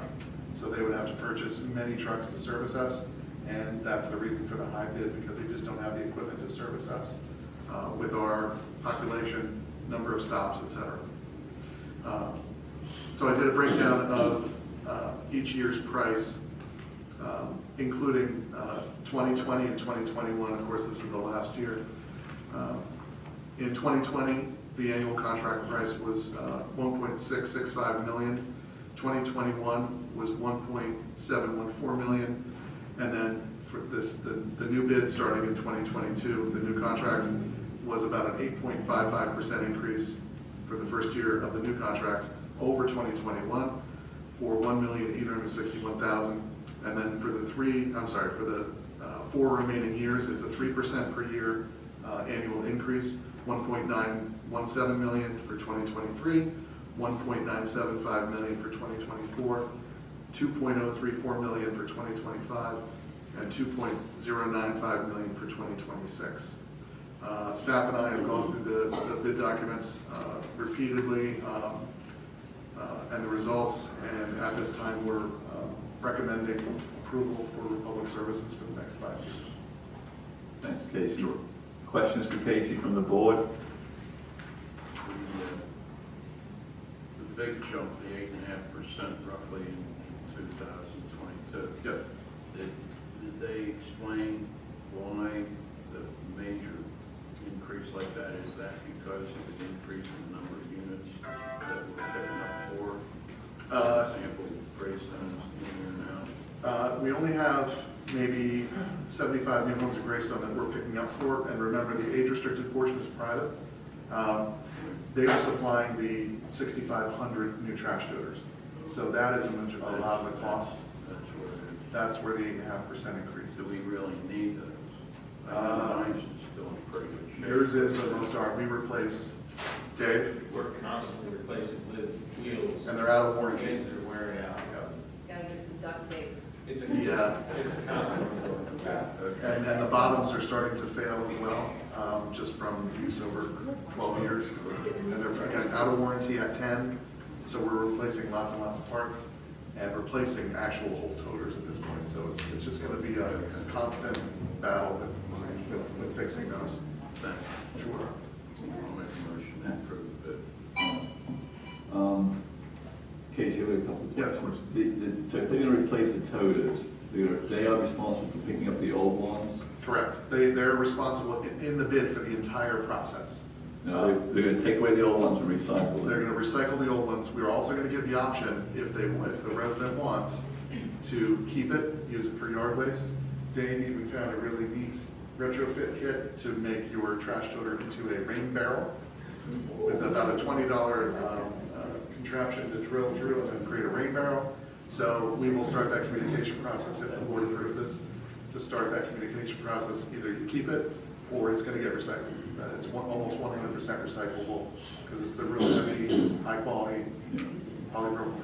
So a question on the replacement is that the recycling toter is not as robust Right. as what we have for trash. Correct. So are we going to get the same quality and size of toter from Republic to replace the one they're taking away? It's gonna mirror the recycling. It'll mirror the recycling toter, but once they distribute them, they have 3 days if there's a problem with the toter, not replace it. Fix it, replace it, that burden then falls on them. Right. So Okay. we included that 3-day response period in the bid, that if Lisa gets a call, if I get a call, Dave gets a call that the lid is broken, we have 3 business days to come and fix it, because we don't want someone to have a broken trash can for the next collection cycle, or next collection day. So if they put cheap toters in here, they're going to spend a lot of time Yes. fixing them. My concern was about the volume, because I see a lot of people filling out those regular trash toters, and that Republican recycled toter is definitely smaller. we're going to get a lot of complaints about you taking away my big toter for trash, and now Well, no, it'll stay the same size. it's the same size, same volume. Yeah, same volume. But you said mirror, I thought you meant No, same. it'll mirror That's right. everything. No, it'll mirror the existing trash toter. Absolutely. That's good. So can I just ask a quick question? Is just because of the toters, what about the recycling bins? Because mine is almost pristine. Are they going to still No, no, no. change No, those no, out? they stay. They'll Yeah, stay? they'll Those stay. stay. Okay. Just trash, right? Yeah, the only way they would have been replaced is if we had another hauler come in. That would have been the only way they would have been. And that's part of why Mascara price is It high. was Because crazy. trucks, they have to replace both of those. Yeah. Any other questions? So these all, we're talking about all the trash and recycling toters to be replaced for all the households in the town? Just the trash. Just trash. Just trash. Just the trash? Recyclable Not the stack. recyclable? Okay. It's It does say recyclable Wood super. version. Yeah. So it's just the trash. Okay, now how long are they going to be warranted for? We don't care. They have to replace them. It doesn't matter. It doesn't matter because they have to replace if there's a, if it's During the even length of damaged. the 5-year contract? Yeah, yeah. And if their truck damages it, if someone hits it with a car, they have to come out within 3 days and fix it. It's not like we're going to be hit again with this No. cost. No. Any other questions? I'll make a motion to approve it. You has made a motion to approve the contract to Republic for a cost of $9,884,810 for 5 years. Is that your motion, Hugh? I'll second it. Well, I'll second it. Any other questions from the board? Are there any public comments or questions? How's this going to affect our refuge bill every quarter? Well, we're going to come to that. So they're the low bid, and we want our trash to still be picked up, and there's a price increase, so we have to talk about that. We'll come to that in a minute, if you don't mind. Doug? I have two questions. The first one is, Casey, in your experience of being here and seeing trash bids being redone and percentage-wise, does this percentage increase fall in line with prior bids and all of that? Yeah, this definitely, now again, we had to move to the 5-year contract cycle instead of 3. But we're looking at a 3% increase after the first year. That first 8.5% again was driven by the replacement of the trash toters. So in your experience, this increase isn't way more No, than? we think it's reasonable. Okay, and the second question is, did they think about having one pickup per week instead of 2? We have looked at that in the past. We collect about 10,000 tons of trash a year. We would have to have 12 trucks in here. You're going to double, if you do it once a week, you're going to double the trucks. Yeah. Okay, so the cost could actually go up? It could because more fuel. And And they don't make stops. Our evidence shows that 50% of households put the trash toter out again on Thursday. They definitely put it out on Monday. 50% put it out on Thursday. Okay, So they can skip homes, so it reduces the amount of fuel and everything else. But if we went to one so it day wouldn't a really week, save anything? no. So We still have to collect the 10,000 tons. So the standard best practice is really 2 times a week. It's the best way to go. And I think everybody who lives here, I think, likes the two days a week, I would say. Okay. All right. Yeah.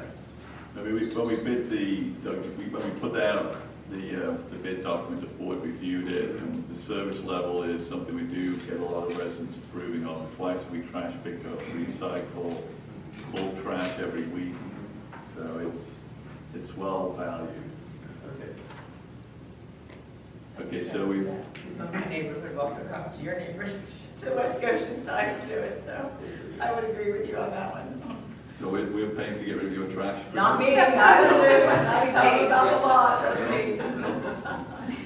Are there any other questions from the public about the proposal? Yes, over there. I just have a question in terms of, it seems like this was an all or nothing, 100% replacement of all the trash receptacles. Was there anything done in terms of mitigating that initial cost increase in terms of maybe a wave rollout, replacing the third?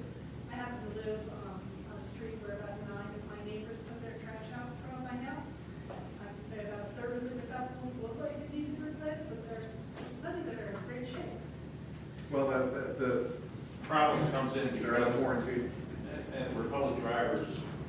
each house is assigned one trash can and one recycling, or as many recycling as you want. They're gonna pick up one can per house. If we start mixing the old cans, new cans, they're not gonna necessarily know, especially in some of the tighter neighborhoods. They won't be able to associate with the cans. So as of whatever date we set for the public, from that day on, the gray West Ocean cans will not get picked up in trash. Except if you use them for yard waste. Well, yes, it's out for yard waste on a Saturday. Yeah. But on a normal trash day, if you put a West Ocean toter out, it's They're not not going gonna to pick be picked up the up. old one or anything. Yes. And even the folks that go to Lowe's and buy the toter that Kind of looks like ours. Yeah, it doesn't. they don't get picked up. Okay. Are there any other questions? Get ready for a vote, so we have a motion and a second. All in favor, say aye. Aye. Any opposed? Very good. Very good, thank you.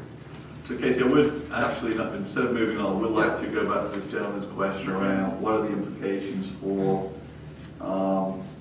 trash fees. Correct. As we look at this contract being implemented next year, put in place for 5 years, Right. we know the cost of the service now. We don't have this. What is the annual increase going to be that they request? We've got a fixed price for the next 5 years that we know, not fixed, but we know what the price is. Right. I mean, I took a preliminary look at the numbers. I also looked at the budget numbers around the trash fund trends. So for the last 3 years, we've seen a declining fund balance. Correct. Because our revenues with the existing fee are not matching our current costs. Correct. So which collection is a big piece of it. Absolutely. And what's flipped in the last couple of years, Dave, help me out here. My understanding is that previously we would get credits for recycled materials that were collected, but now it's become a cost. Yep. So over the last 2 or 3 years, instead of having credit from the recycled pickup, it's become a cost. We've been able to absorb the fact that our revenues are less than the expenditures because we've had a cushion Yep. in the trash fund. Right. But that alone would have not been sustainable, even if the price did not increase. Right. So Correct. we've got to rectify that situation, and we have to look at what the implications are for the new costs. Correct. So I know we'll have ongoing conversations of this through the budget cycle. Right. But it seems to me quite apparent that we are looking at a reasonable increase in the trash fee. Correct.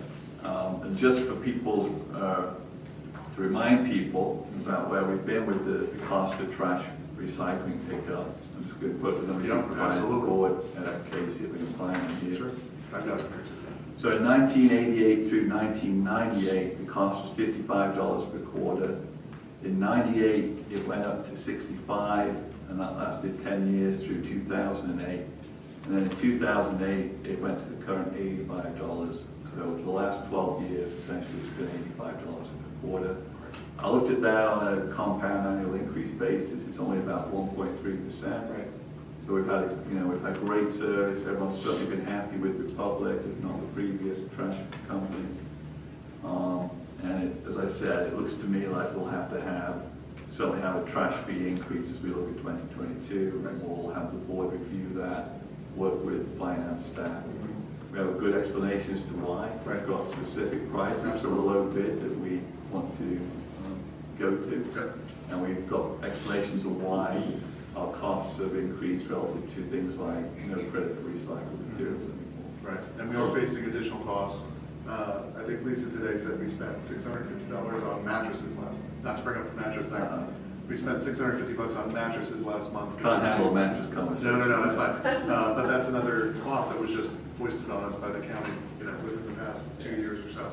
So that's another cost that we can't control with those new expenses. So, yeah.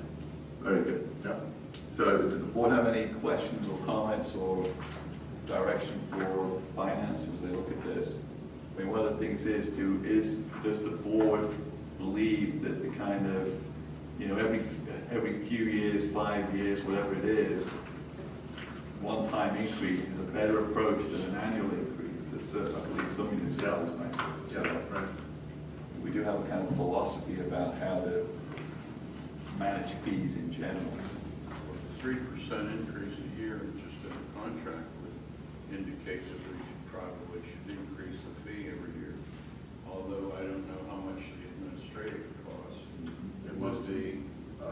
ton of it is the contractual cost. I mean, that's the driver. I mean, that's what approach you want to do, what we've historically done, which is periodic increases that are set such that maybe in the first couple of years of the contract, you actually have a little bit of surplus, and the last couple of years, you're bringing the balance down. Okay. Well, we need to give it some thought, because as a board, we're going to have to address this during the budget cycle. Does any member of the public have a view or a comment about trash fees from what you've heard tonight? I have a comment. I think based on the history, if you need to raise them, do what you need to do. Okay. Is everybody satisfied with the Republic and the level of service you have? I didn't hear anybody say that they're not satisfied when we were talking about the winning bidder. No, sounds like you are. Silence is gold. Yeah, I believe so. Well, thank you. Thanks, Kate. Thanks very much. Very good. Thank you. Next on the agenda is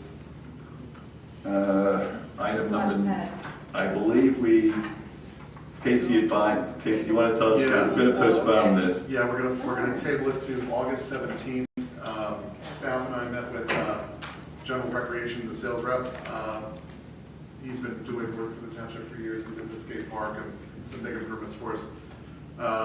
So we just gave some general ideas of what a nice splash pad would look like in community park with 24,000 residents and heavy use, and the price was $850,000, which I thought maybe $6, because it's a big facility, and he knew right off the bat that wasn't a go. So we gave him some homework to do. His name's Will Hamler. He's going to be here on the 17th. He's going to come in with a pared down idea for what a nice splash pad could still be. The big cost driver is the recycled system, which we knew was going to be pricey. Also, it's 24/7, not 24. I mean, it's 7 day a week maintenance. It has to be checked twice a day. There's chemicals involved. There's staff training that needs to happen. It's got to be monitored. Wait, I thought we were saying we weren't going to do it. You'd explain why we're not doing it. Yeah, that's why. Yeah. That's why it's that will cut the price by at least $250,000. With that system, you get a much nicer splash pad. Yes. With the recycled system? Yes. Yes. Yeah. They can put higher volume Right. nozzles, and you get the big splash bucket and all that, which you can't do with a non-recycled system. Right. Yeah, but so the brochure that you had given to, what was like aquatronics or aquatics, that's it. Yeah. I thought all of those were not recycled systems, right? Those are just the basic systems. Yeah, And and that's where we those went range back. in Yeah. price between 20,000 and maybe. Yeah, that's where we directed it to go back to. Yeah. Absolutely. Yeah. Talk about it. Yeah, I mean, my opinion is that the idea of the splash pad is for toddlers, the younger. We're not looking for a teenage facility here. So we're looking at the aquatics or whatever. Powerful jets. Yeah. Yes, exactly. We're looking for something that's in that public. $100,000. But I do think, and Doug mentioned this last time, we have quite a lot of funds in restricted parks. We do. We have 800 some Plus, thousand. we're going to get another contribution, I believe, from Woodlands when they correct. complete that. And a appropriate splash pad and an additional bathroom. Right. But the community park will be a good use of those funds. Absolutely. So I think as we get through this, I know we haven't decided what exactly it looks like, but as we look at next year, we should be planning a project that looks at addressing the bathroom and the splash pad as one project. And using restricted parks funds to invest in it, versus just sitting here with no idea what to spend it on. Right, and we do have to spend those funds within 3 years, the restricted parks money, so. We can do that. From, deposit from the developers. So. Great. Great. Any other questions? No. Sorry, Rob, next one. Okay, item number 10 is discussion and possible approval of police department employee extra duty pay policy. Okay, so I'll try to give a little bit of background on this and then, help me out as I go along. So, our command staff, our lieutenant, captain, and possibly sometimes the chief, are asked to engage in county level task forces, including but not limited to the drug task force, the DUI task force. And it's an opportunity for our command staff to, practice leadership and be responsible at a county level for something that as a community we all value. These costs are reimbursed.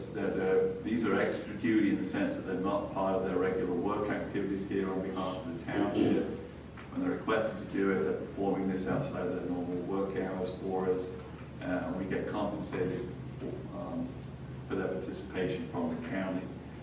We wanted to do two things. One, this has been in practice for a while, but we wanted to do two things. One was to clear it up and have a policy in place that explains the approach that we're doing for this, and make sure it's clear that it's an extra duty ask of our command staff.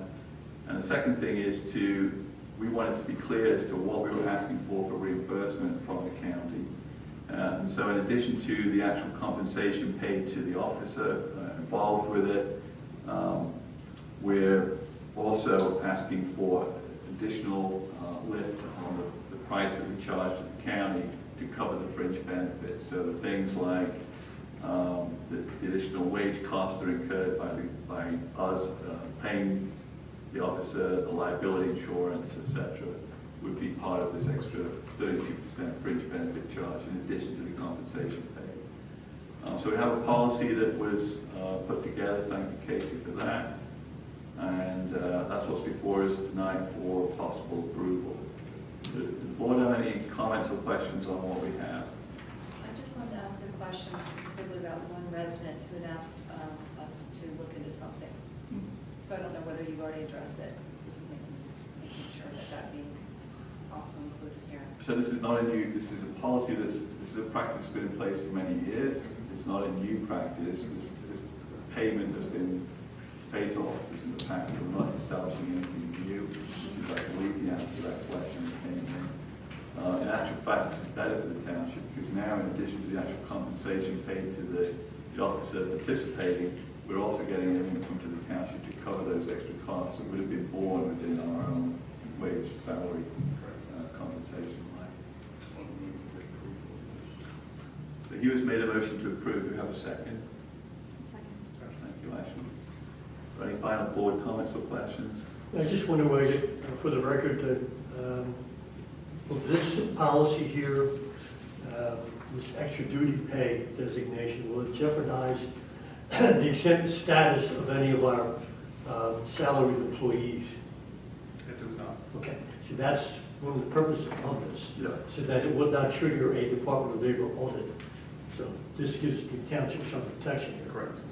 Second question I had, will these payments, extra duty payments, will they be included as part of the pension for the officers as part of the drop program? Yes, any payment, any payroll that we pay, which this is run through our payroll, adds to that pension calculation. Now again, the pension calculation is the last 36 months of pay. So if they are working this extra duty in their last 36 months, that goes into the pension calculation. So how could we incorporate that reimbursement charge? I mean, that would be for as long as they are receiving a pension. They would have increased amount for their pension because of receiving the extra duty pay. How are we capturing that extra charge for the township for those pension drop payments? I don't know if you could even think to calculate something like that. Yeah. How could you? Yeah. Because it depends on how a person lives, how long they live. Well, again, this practice has been in place. There's nothing new, though, with respect to that. This policy is just documenting what currently exists. I would say that the fact that we're going to charge the county 32% more for the same hours of service than they had before for the same officer is a way to at least compensate the township for some of those costs. It doesn't cover it. We don't know what that cost would be. We don't have a policy that says in the last 3 years of service or anticipated service you can't perform these duties. And also the last, well, at least the last couple of years, it has not been that much money. We're talking, for the salaried officers, the command staff, it was like less than $4,000 for the three of them that were involved. So it wasn't that much cost involved as far as the reimbursement. But I'm just looking at the future, that's all. That's my concern. Are there any public comments or questions on the policy?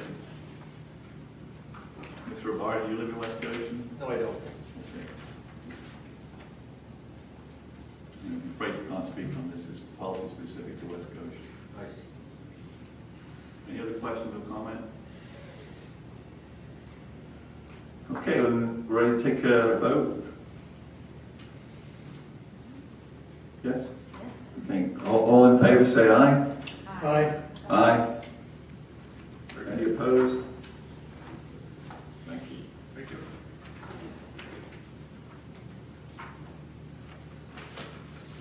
Item number 11, reports for the month of June 2021.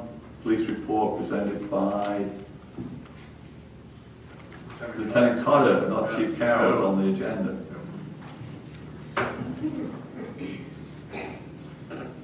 Good evening. So for June 2021, for that month, our calls for service were 2,203 calls for the month of June. We handled 64 alarms, 5 of those were valid alarms. Accidents for the month of June, we handled 45 accidents. 20 of those were reportable, 25 were non-reportable. And total mileage traveled for the month was 22,039. Some career development. Some of the officers, all the officers do daily lexipol training activities, which is questions of the officers on their policy. So each day, there's a question that they have to answer. All the officers are completing their annual certification for their MOPEC certification. Emergency response team is still training weekly. We completed our spring range training. A couple other things.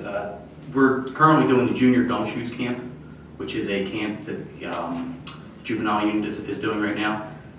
There's 4 weeks. They're in the middle of their second week. It's not a 4-week camp. There's 4 separate weeks for the same camp. It's been going great. There's a lot of positive feedback from the community. Parents love it. Get rid of their kids for a couple hours during the summer. It's a puzzle for all of us.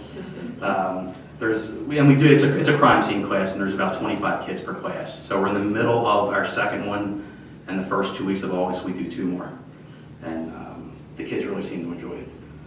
Both of our hybrid vehicles that we've used are in service. So far, so good. We're experiencing a significant increase in unemployment fraud calls. I think, and this is a rough estimate, I think there was maybe 10 in June, and by the second week of July we had 20, and that's probably doubled already. So they're coming in during the day, and basically what's happening is people are submitting unemployment claims with your social security number. So and we're telling residents, if you Google that, it tells you what to do. You can go through the Department of Labor and Industry. They generally tell you to file a police report, which we take a police report for. There's not a whole lot we can do, but we do file a police report. So that is for June. So from January to June, as of right now, we've handled 12,485 calls for service, 289 alarms, 24 of those are valid alarms, 259 accidents, 101 of those are reportable, 158 are non-reportable. Mileage as of the end of June, 106,736.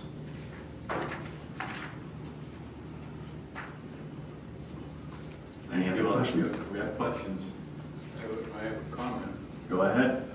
I noticed that you put that radar activated sign, speed limit sign, in the North Hill area. Yes.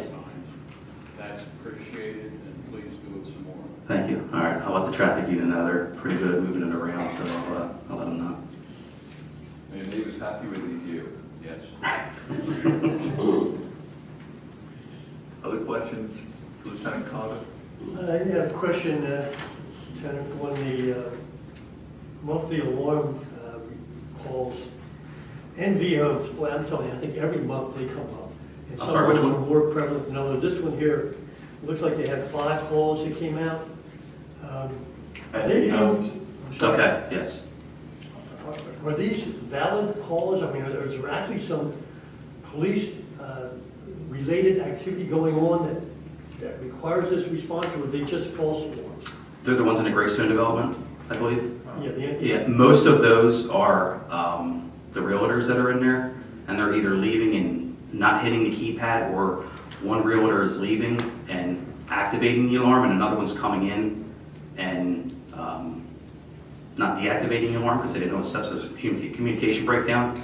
So I actually spoke to one of the realtors up there when I was up there for an alarm with one of the officers and explained that to her. And it's been good for the last couple weeks, so I'm hoping that problem got taken care of. Are they being fined? They do. Yeah, we have an ordinance for false alarms. Yeah. So I would imagine they've been paying some money here because every month they have multiple alarms.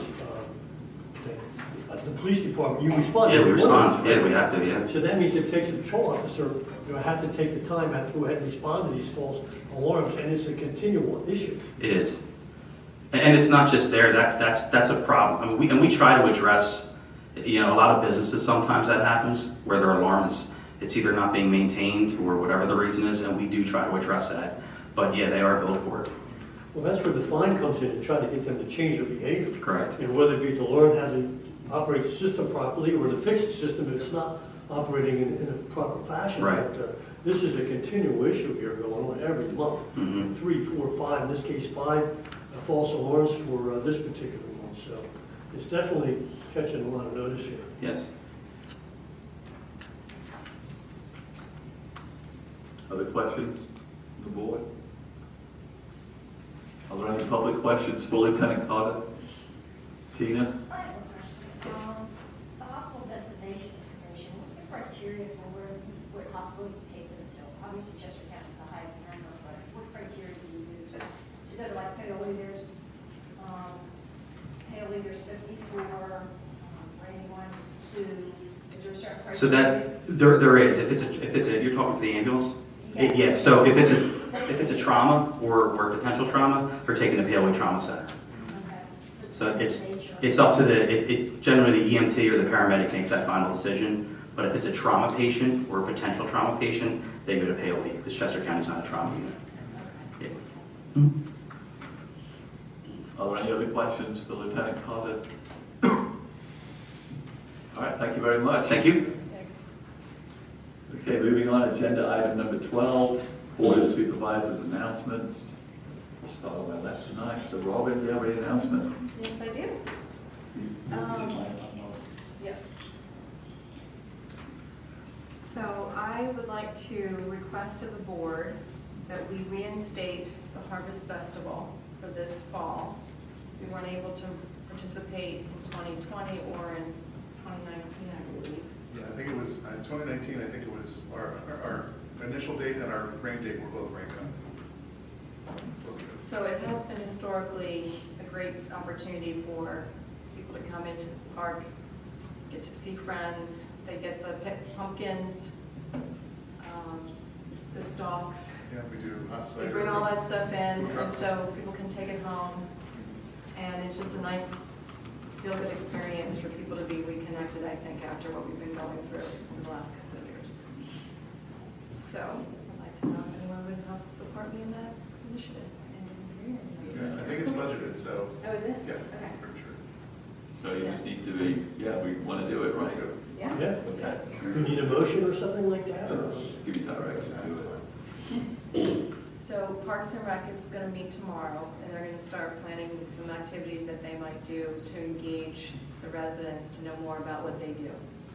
And then the next day, we've got the Historical Commission, and they're also going to set up a table because they're starting to look at homes within, that are within sort of those top tiers that we looked at. I don't know if everyone's aware of that, but that the commission took over a responsibility to look into homes that were, from homes from maybe even the 1700s. So they're also looking to put together a table to inform residents about what they do when it comes to some of these cemetery walks. And they're really trying to get more focus on the existing homes and talking to those residents who live in them to see if we can engage them to share some history or knowledge of what their homes are like. So the two of them will be in that available during that day. Robin, is there any progress on the historical ordinance? too complicated, and that's why we're moving in this direction of seeking out homeowners to have them come to us and say, hey, I'd love to share my story with you. Because it got too confusing in terms of responsibilities. I'm not even sure how we were going to continue to enforce it as an ordinance. But we still have time to move forward as we start looking into this new option together.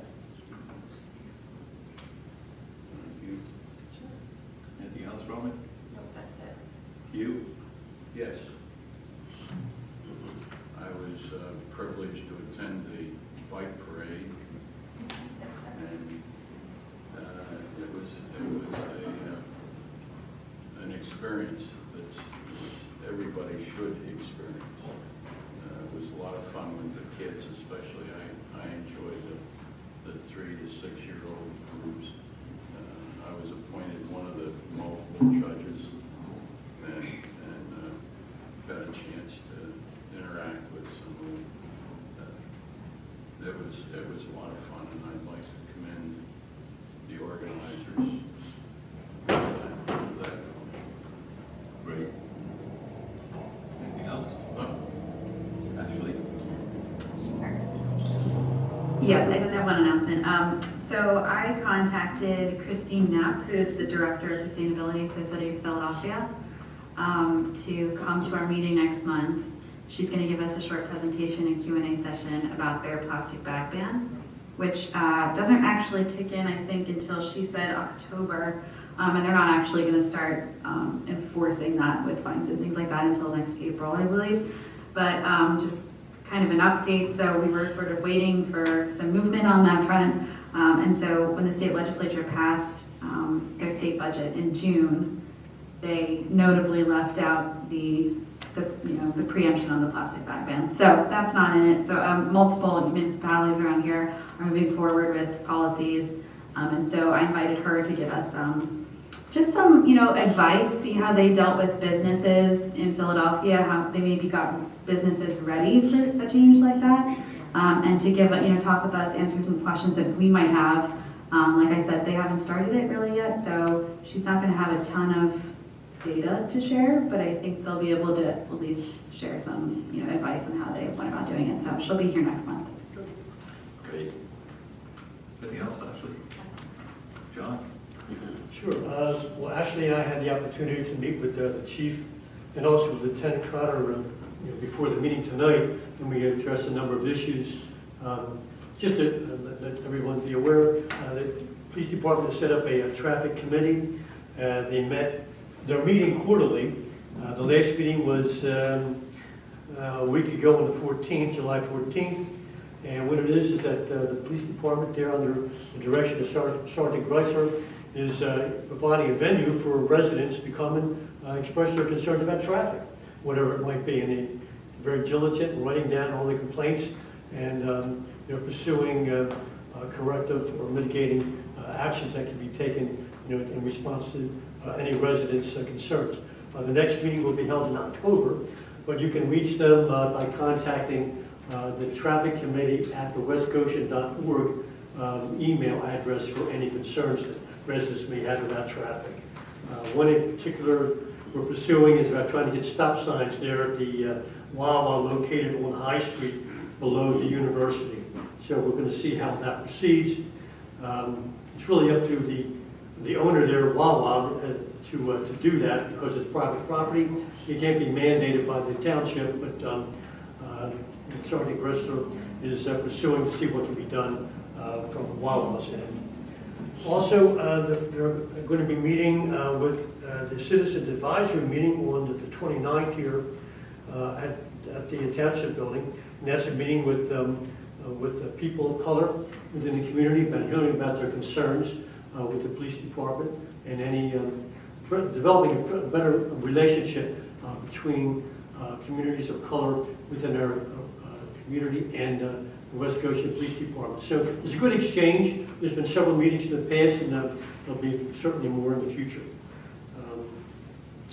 That's about it. Okay, thank you. I have 3 announcements. One is the board met in executive session on June the 30th to discuss personnel matters. The Board of Supervisors workshop meeting that's scheduled for Tuesday, September the 7th, will be a joint meeting with the West Goshen Sewer Authority. So the majority of the meeting is going to be dedicated to reviewing the progress that we've had in the last 5 years on the capital improvement plan that's been in place. But more importantly, we're also going to be discussing the new 10-year capital plan that the authority has pulled together. There'll be a presentation from HRG, Josh Fox, who's the authority's engineer. I guess Mike Moffa will also participate and provide an update on kind of where we are with the operational aspects of the sewer treatment plant and the collection system. And then we'll discuss the forward 10-year plan, and we'll review what kind of funding requirements are needed for the authority over that period. I think we'll still have a little bit of opportunity to just conduct some routine business, so, fund bill paying or whatever else, but probably we'll allow most of the workshop time to just be dedicated to that joint meeting. John, I just wanted to bring up the fact that you and I met with Energy Transfer and Casey and Rick on, was it Monday? Yeah. I think it was Monday, right? Yeah, on Monday, yesterday. It was a virtual meeting, and it was to do with the continuing problem of the noise nuisance from the pump station. So we've had, we've expressed our concerns to them for a considerable amount of time. Casey, you've had a lot of communication with them, trying to get them to address this persistent industrial noise that the station emits. They had attending 3 people, one of which was an engineer, I believe, who has been responsible for conducting some noise studies at the station. Yeah, he gave us a part of history on it. Yeah, he's actually the project manager for the entire Mariner project. Okay. Yeah, and he's been more than just the one. I honestly I was surprised he came. Okay. Because it's hard to get him in a room. He's the project manager for the entire Ohio to Marcus Hook project. Yeah. Yeah. Well, he indicated that he had that they have had noise studies done, and that they have tried to put in mitigations to address the noise issue. It was a little contentious in the sense that they believe that they had done some things that should have addressed the problem. We clearly said the problem has not been resolved. We know that because we continue to have residents express the concerns as recently as this last weekend. All they've done, I believe, is insulate the lines that exist at the station, because in the past that may have had some effect on some previous noise complaints back in 2015 or 2016. When they first started Mariner. Yeah. So at this point, we expressed our belief that that is not where we need to be and that more work is needed. They did say they were willing to continue to assess the problem. So we asked that they go back, evaluate what other measures could be taken. In my opinion, that will be something more than what they've done today relative to sound deadening, insulation / mats within the pump station, maybe some barriers or walls to try to stop the attenuation of the noise off the site. Again, it's their responsibility to figure out what would work. But while they're doing that, what I'd like to ask for the board to consider tonight is that we ask Kristen to take a look at our noise ordinance and our nuisance ordinance. PSAS has recently had both information and a presentation available that I thought was quite enlightening relative to how noise ordinances and the nuisance ordinance could be improved probably from where they've been. It's not just about a decibel level, it's about the, what's the phrase, John? Detectable, not detectable. Plainly audible. Plainly audible. And I think we need to take a look at our ordinances and see what we can do to improve them, so that if we're ultimately unsuccessful in working with Energy Transfer to get this noise mitigated, that we have ordinances that we believe we can use to best address what we will believe is a violation. So, with that said, I don't know if the board is supportive of doing that, or whether we need to do anything different, but that's my suggestion. I'm in support. Use in support. Other board members? Well, I'm in support too, but I'm just wondering, so if we do, let's say, sort of change our noise ordinance, what That's what the You ordinance have to will hire lay an out. expert. The ordinance will lay They're out. not easy ordinances to enforce, no matter how you do it. I mean, I would recommend you talk to East Goshen, and I'm happy to give you the information. They filed against Sunoco, they spent probably $50,000 to $60,000 For construction noise, for the noise when the ME2 was being constructed. so The I think residents it's a of little Purchase different Mountain. though, Kristen. This is a persistent quality of life. I understand. 24/7. It's not about, it's about a threshold we can show it exists all the time. My Not a experience in temporary 25 years is that noise ordinances are very, very difficult to enforce. You're going to be spending money. I'm not saying you shouldn't do it. I'm just saying it is one of the topics that is extremely difficult. Municipalities try different ways about it, and no matter what you do, they are difficult ordinances to enforce. So I Well, will, and I feel like even if we were to find them or do whatever, it's sort of just a drop in the bucket, it would end up costing us maybe more. I don't know. that's what Sunoco did in East Goshen. They paid the $100 fine the first time, they paid the $1,000 fine the second time. So, but again, I don't want this to be suggesting that I'm not willing to look at it, provide additional guidance, but I will let you know that noise is a very difficult topic, nuisance issue that municipalities struggle with. No matter what the noise problem is, it becomes a very difficult matter to properly enforce. I hear you. I think you have a different situation here versus typical noise issues that you might get, which are more of a temporary nature. We have a residential neighborhood around this. They've changed the use, and we now have a consistent quality of life noise issue in a residential neighborhood that I believe either through, what's the phrase again, John? Plainly audible. Plainly audible, or through a nuisance ordinance. May take some time to establish that it's always there. We may not be able to enforce it from day one and claim, whatever, but I think it's worth at least looking at our ordinances, considering what the issue is, and seeing at least if we can just take the time to update our ordinances, and then we still can make a decision down the road, depending on what they do or do not do, as to whether to do something. Has somebody from a code enforcement perspective been across a property boundary and heard the noise? So Rick is, the noises doesn't mean any decibel threshold that is currently in violation of our ordinances, but that noise exists. If I lived on Mary Jane Lane or Victoria Lane, depending on the time of day, the amount of traffic on Boot Road, it is plainly audible.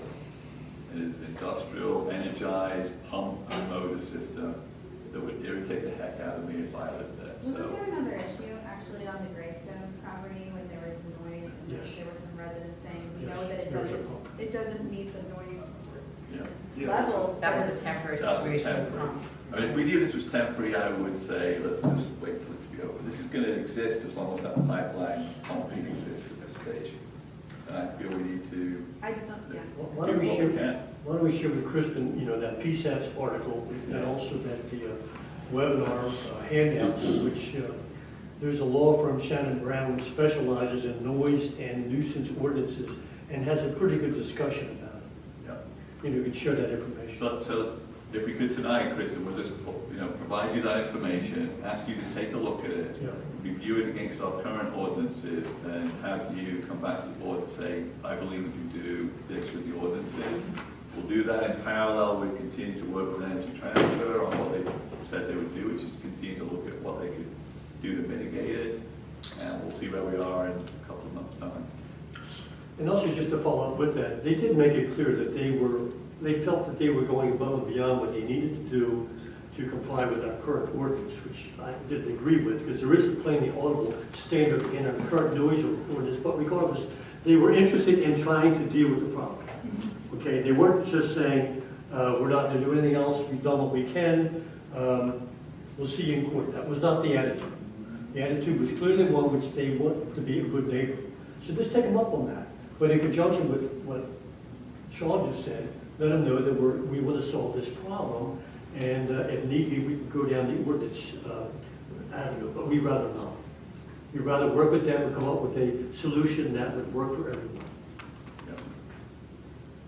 Now, also, we're going to meet with them again following up in another month, and they will continue to give us updates on what they are doing as they proceed dealing with this noise issue. I would encourage people that live in the neighborhood to keep daily logs, the date, the time, and the duration for which they hear the noise. Well, for example, this weekend, Kristen, we had a lady share a video that was one evening. Is that you? Yeah. Well, thank you. I mean, it's clearly, this was letting her dog outside in the evening, and then you just hear this industrial machine running. I just think it's important for them to keep daily logs of that, so that, I know we don't have the ordinance on the book yet, but when you get it, to show the duration with which these residents have had to deal with that issue. It's all the time. I mean, the only time I can't hear it, now I live on Victoria Lane, my house backs up to the road. Behind my house is the pumping station. And the only time I can't hear it is in my backyard during rush hour. The rest of the time I can hear it. I work at home. I work for Christiana Care and I work at home. And I can't have my windows open because I have to listen to this. I was on a call today and I had to shut my window because I couldn't continue with my phone call because I was listening to the pumping station. It's all the time. Thank you for sharing. Is there anyone else here who would like to comment on this? I know there were perhaps some people who would like to attend tonight that this is an issue for. Anyone else got a comment on it? So we'll do that, Kristen. We'll make sure we continue to get the... I'm sorry. Lady there with it. Oh, I'm sorry. Go ahead. The noise is all the time. It's 6:30 in the morning, right, Patty? Yes. It's like constant. And if you don't shut your windows and shut your doors, you hear it. It reverberates through the house. I mean, you actually hear it. I mean, our neighbor, my one neighbor to one side, he has caulked all of his windows so it doesn't permeate the house. It still permeates, but it's caulking. I mean, we should have The only time you don't hear it is when the pump station is not running, right? It's down for maintenance or whatever else. It was up and running today. The one thing I would say though is that I would, and I'm not a PUC lawyer, is I also would explore the option of understanding what you can do at the PUC level, because Sunoco is a trillion-dollar company, right? If you go to court and you get a fine, your fines are max $10,000.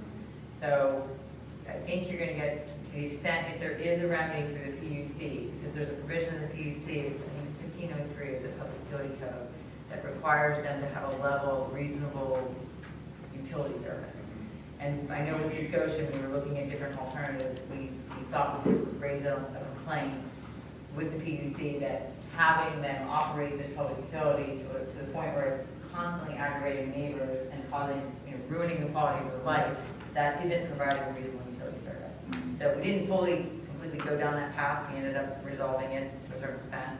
But I just think just passing an ordinance it may not be the only way to go about trying to resolve it. And I know you're continuing to have the dialogue with them, which obviously is the best case, but there may be other avenues beyond just changing your ordinance. No, I understand. Because in case I don't think there's any update on the reach out to Chester County around their approach of using nuisance regulation to... I reached out to them about 2 weeks ago and I haven't heard a thing from them. So I think they're still in the same kind of in neutral gear like we are. Well, didn't they just send out a letter to halt Mariner? Yeah, and that's a sinkhole issue. It's not it's still a nuisance, but it's a construction issue. It's not this constant. That's a good point, though, Kristen, because I think the PUC may be more amenable with that provision for something that will exist for as long as this utility is running versus a construction issue, which everyone just says, well, it's going to go away. Right, right. Okay. Yeah, the other thing that concerns me, and I'm surprised they didn't argue it with East Goshen Mountain when we did go to the district court, is there's preemption. Public utility is, there's case law after case law that talks about regulation of public utilities is through the Public Utility Commission, not through support. So we were always worried that they were going to say, well, we don't have to comply with the ordinance. We have to deal with public utility. So they can't raise that defense if your form is in the public utility. I still think it's irrespective of the pump station, believe it or not, I still think from this article and the training notes that John had, I still think it's worth looking at noise ordinances because they probably need updating because some of the standards in there that they certainly refer to about decibel levels is something we should really say is that really what is appropriate for a residential township like ours in general. So, yeah. We'll talk. Because okay. There's other cases we're dealing with that hiring experts, you're right. I mean, getting meters and all that, it's just a topic that is Very proud. Especially in. Lots of different ways to go about it. Okay, well, that was Board of Supervisors announcements. So I have one question. Tina? Two things, just to summarize. I guess was that the person that was in charge, was that Gus Bortman? Did you matter? No, Mariner? no, okay. Matthew. Matthew Gordon was his Okay. name. Yeah. And second of all, so in summary, I guess you didn't come away from the table saying they were going to do a specific item to fix it. No, they said they've done some things they believe should have fixed it, but they heard us say, no, it hasn't fixed it, and they didn't say, no, we're not prepared to do anything else. They said they would look at it again. That's what I thought. Yeah. Okay, so with that, we'll move on to item number 13. Casey, Township Manager's announcements. Yeah, my only announcement, and it's a request for the board tonight, the PSAT's annual conference has been canceled the last 2 years. 2020, obviously, from COVID. 2021, they typically hold it in April or May of each year. They've decided it was their 100th anniversary this year, so they've decided to conduct a celebration dinner in October, I think October 14th, and then they have not conducted business now in 2 years for the organization. So they have put out a notice that they're going to have a dinner on Thursday, October 14th, and then conduct business on Friday morning, 8:30 till 1:30 on Friday the 15th at the Hershey Lodge to conduct their business meeting. We did not appoint a delegate at the reorganization meeting this year because we knew PSATs was not going to happen. So my only request tonight is the board to consider approving or naming a delegate, one of the 5 board members, to attend the business meeting on Friday, October 15th in Hershey. Have we always sent somebody to be a delegate to this? Whether they show or not, we have, yes. We have selected a delegate. We have selected a delegate, yes, exactly. You just volunteered. Did everybody else volunteer? You interested? That's true. But it sounds like we have somebody who'd like to As go. long as there's nobody else itching to go, and you have it. Okay, you can drive your Pontiac over there. There you go. Get some other people with you. Okay. Very good, okay. Thank you very much. Agenda item number 14, Township Engineers announcements. Rick? Thank you, Mr. Chairman, but I have nothing really to add at this point regarding either stormwater or Greystone, other than building houses quicker than we anticipated. Which is helping the budget a little bit. It's really stretching our staff. Well, can I ask, where are we at with the Ravens Lane stormwater project? I believe there was a punch list for the contractor. I don't know where we are with punch So list. we're not involved? Punch list has been done. Okay, I'm sorry? Punch list is done. Okay. I didn't have a chance to get with you today, but I just stopped by Ravens Lane, what's it, 1205, I think it is. Mrs. Quinn. Anyway, you know, they had to redo the ground by her side of her house, and they did do that, but because of the rain and the way, I don't know, it didn't have enough straw in it, whatever, but there's some pretty serious erosion there because of that. So before the contractors, has the contractor been paid the final payment yet? Yeah. Okay. They were still holding 10%. They need to relook at that because there's some significant erosion there now again. Even after they put down the sod and the seed and the matting along the side there's some, you can see it. I mean, I can send you pictures if you want. No, it's okay. I mean, we'll start back out to address it, but really until fall, with how hot and dry it is, we're going to have a hard time getting anything Right. established. Understood. That's not my forte. I don't know if they could put some kind of like a pig in a blanket or something down there to try to capture that topsoil they're putting down there. It's just getting run off. They did put quite a bit of matting down. They did, Yeah. but it's on the side where they did not, Yeah. which is getting eroded out, so. You could check with them to address that. Thanks. Nothing else for Rick on the board? Okay, very good. Thanks, Rick. Agenda item number 15, zoning officers announcements. Thank you, Mr. Chairman. With regards to the next zoning hearing board hearing, which will be held on August 5th at 7 p.m. here at the building, I forwarded board members the two applications. The first one, which would be application 16 of 2021 at 10009 Faustina. This property owner is seeking a variance to have a patio in the front yard. They are on a corner lot. Their basement door is actually on that side of the house. The problem with this application is that the patio is already in and 100% complete. I showed up when the contractor was finishing the sand to lock it in place. The contractor did not contact us. He does not generally work in Chester County. He's a Delaware County contractor, and said they don't do patio permits in Delco, so he didn't think you would need one here in Chester.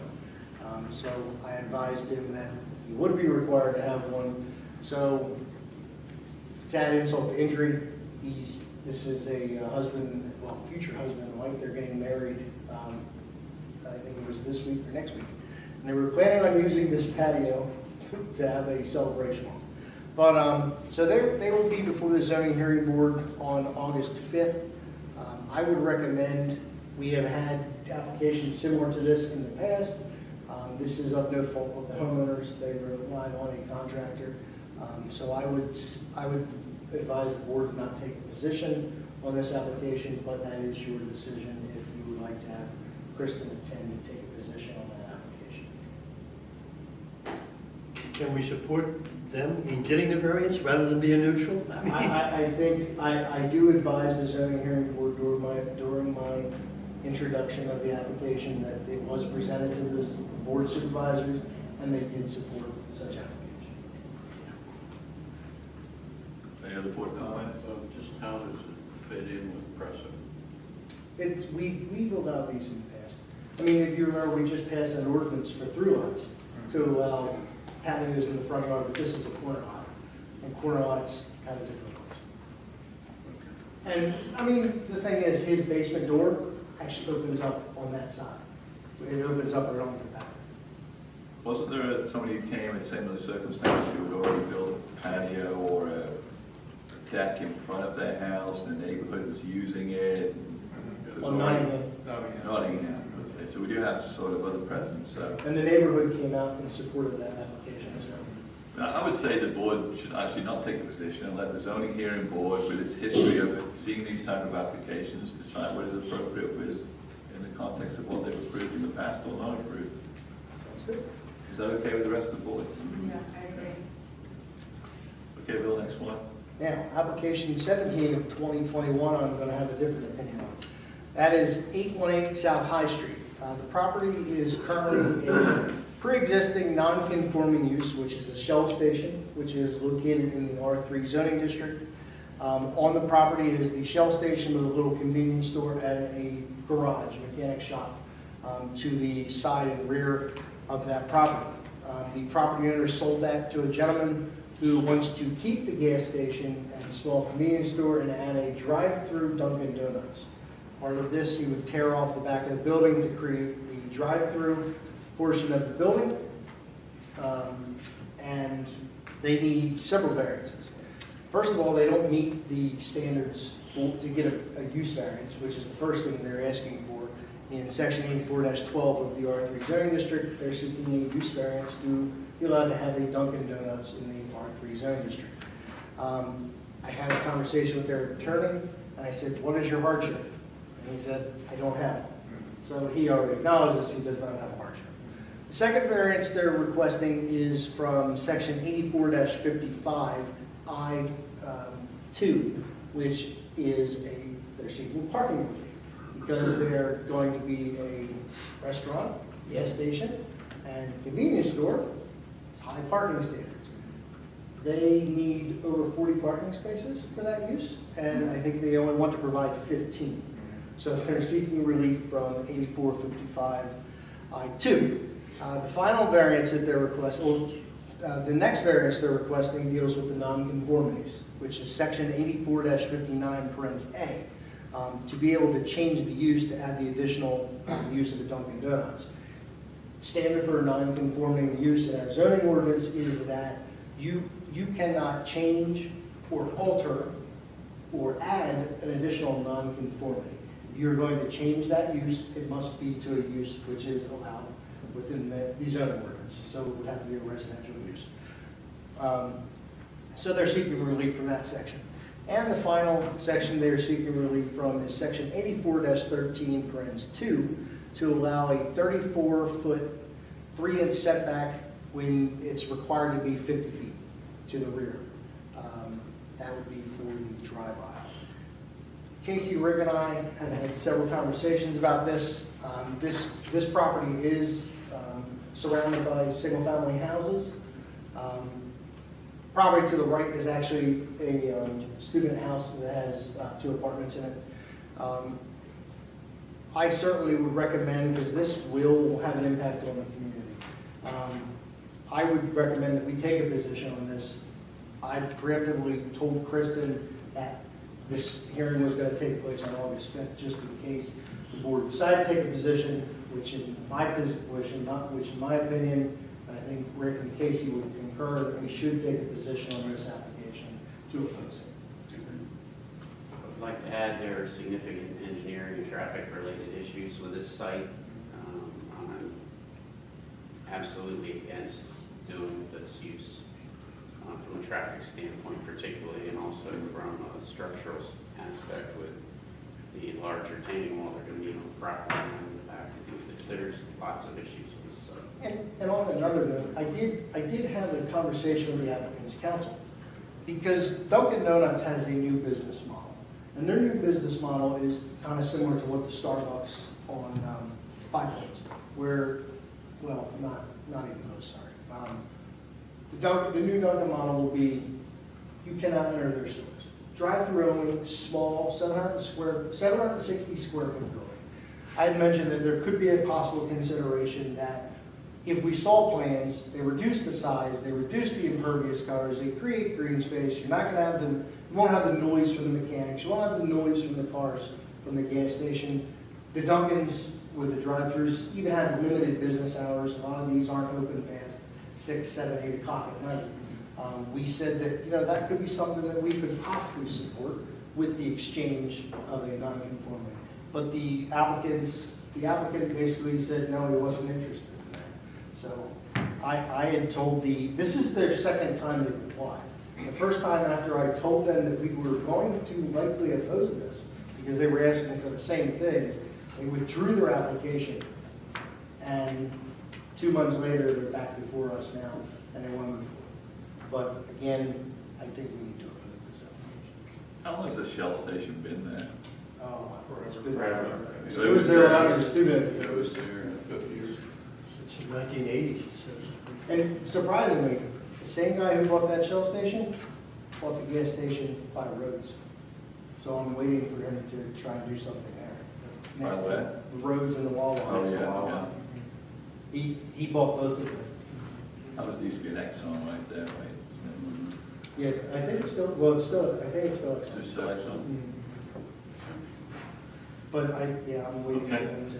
Well, thanks for the explanation, Bill. So what is the board's position on this? Do we support opposing this request? I have a comment, if you would. Yep. Having lived in that Roslyn neighborhood when I was younger, I would not suggest that we allow this. That's got to have a negative impact on that neighborhood.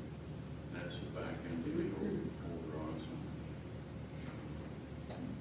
I'd be strongly against letting them do that. Okay. Thank you, Hugh. Any other strong opinions? I just concur with what Bill just said. Can somebody make a motion, please, so that the applicant's counsel, I just want to make sure that. Okay, so is there a motion to, you want to make a motion, Hugh? Yes, I make the motion that we oppose that application. And that you send your solicitor to oppose it. That you send your solicitor to the zoning hearing board representing the board in opposition to the Correct. application. Yes, thank you. Do we have a motion? Is there a second? I'll second. Thank you, John. Is there any public comment on this board's motion? the one on Rhodes Avenue. Yes, ma'am. I went to get gas in there one day, and the two young gentlemen in there are trying to do changes to that, and that was 4 or 5 months ago. So you will get hit with the one on Rhodes Avenue. And we would oppose, I would recommend the same, because that would have a direct Because impact on they're their. very arrogant in their attitude. I mean, because the two boys that I was talking to, I'm saying boys because they seem like young kids to me. And they were very arrogant and pissed because they weren't paying the money that they wanted. I didn't know that they bought that other station too. But they're trying to think of ways to pull in money, thinking about putting a subway in there and a couple other things. Because he was throwing them at me, you know, saying, what do you think of the subway and this and that? And I just looked at him. I said, hey. So be prepared for that one. Thank you. You're welcome. Any other comments? Please have a motion and a second. We're ready to take a vote. All in favor say aye. Aye. Aye. Any opposed? Okay, Bill, you've got your direction. Thank you, Kristen. Thank you, everybody, for Mr. Chair. Very good. So now we're on to agenda item number 16, approval of Township Board of Supervisors meeting minutes of June the 15th and July 6th, 2021. You has made a motion to approve the meeting minutes. Violation of Sunshine Act. Mr. Chairman, your minute is inaccurate. I have the video recording of it, and I can speak in this matter because of the Sunshine Act. If you permit me to approach, I have the copy of that minute. Excuse me, Mr. Abari, we've got a motion. Can I have a second, and then we'll ask for public comments, and you can say at that point we can't approve it for whatever reason. I appreciate it. Thank you. So I have a motion from Hugh. Is there a second to approve the minutes? I would, but I wasn't here on the 6th. Okay. I can? You have the recording. I'll do a second. Thank you, Robin. So a motion saying, are there any board comments or questions about the minutes? Yes, I have a comment or make a suggestion here. On the June 15th minutes there on the, I guess that's the foot page, on the Court Circle handicap parking spot section there, on the fourth page of the draft. I would like to have added there, Mr. Hellman referenced the U.S. Department of Justice Civil Rights Division ADA Guide for Small Towns, which applies to townships. And read, quoted, the ADA standards have technical requirements for parking lots and garages, but no technical requirements for the design of on-street parking, end quote. That's on page, the bottom of page 3 That would be on the page fourth 4. page of the June 15th draft of the minute. And it's I not on- recall that. It's not recorded, right? It's not there. June 15th minutes meetings. It's on the fourth page. That's where I would put it. Yeah. It's missing. I'm saying that's where it should be added, yeah. It's missing. Yeah, John, it's not there, it could you should send be. me that language? Sure. And I remember you making the comment in that action, so we can record it. Yeah, there was followed with that as Yeah, well. send me the language. All right, I'll send you the language. Are there any other corrections or omissions that need to be pointed out on either of these sets of minutes? Okay, I'll amend my motion to include John's fix. Thank you. Are there any other? Do you second the amendment? I definitely second it, yes. Are there any other questions or comments from the board? Are there any questions or comments from the public about the meeting minutes from these two dates? Mr. Abari, you were present, so if you would just tell us what is incorrect in the minutes, we can consider whether we need to adjust them. Well, first of all, I'm objecting based on Sunshine Act, which it allows me to do, although I'm not a resident, and we have articulated that. Mr. Chairman, the minute has to be accurate. There were a number of people here present, they spoke, and it's not reflected on this minute. The only person who's reflected is Mrs. Ribery. By the way, for the record, I received an email from Mr. Lalonde that asked me to provide him with a copy of Mrs. Ribery's announcement, whatever she read. So, again, this goes back to, there should be, there were a number of people here articulated, they're present here, and that's not reflected on these minutes. And the Sunshine Act clearly states on page 5 of it, minute keeping requirement. Minutes of the township meeting must include the date, time, and the place of the meeting, and the name of the members present, the substance of the official action, record of any roll call, votes taken by individuals, board members, and name of all citizens who appeared officially and subject of their announcement or comment, I'm sorry. So it's definitely, it's not reflected on this. The only thing that's reflected is Mrs. Ribari's comment. Mr. Ribari is present here. There were a bunch of witnesses. For the record, I audio, video recorded this thing in multiple medias, and that's my position. I recommend that you table this thing until at such a time Mr. Lalonde can accurately reflect this.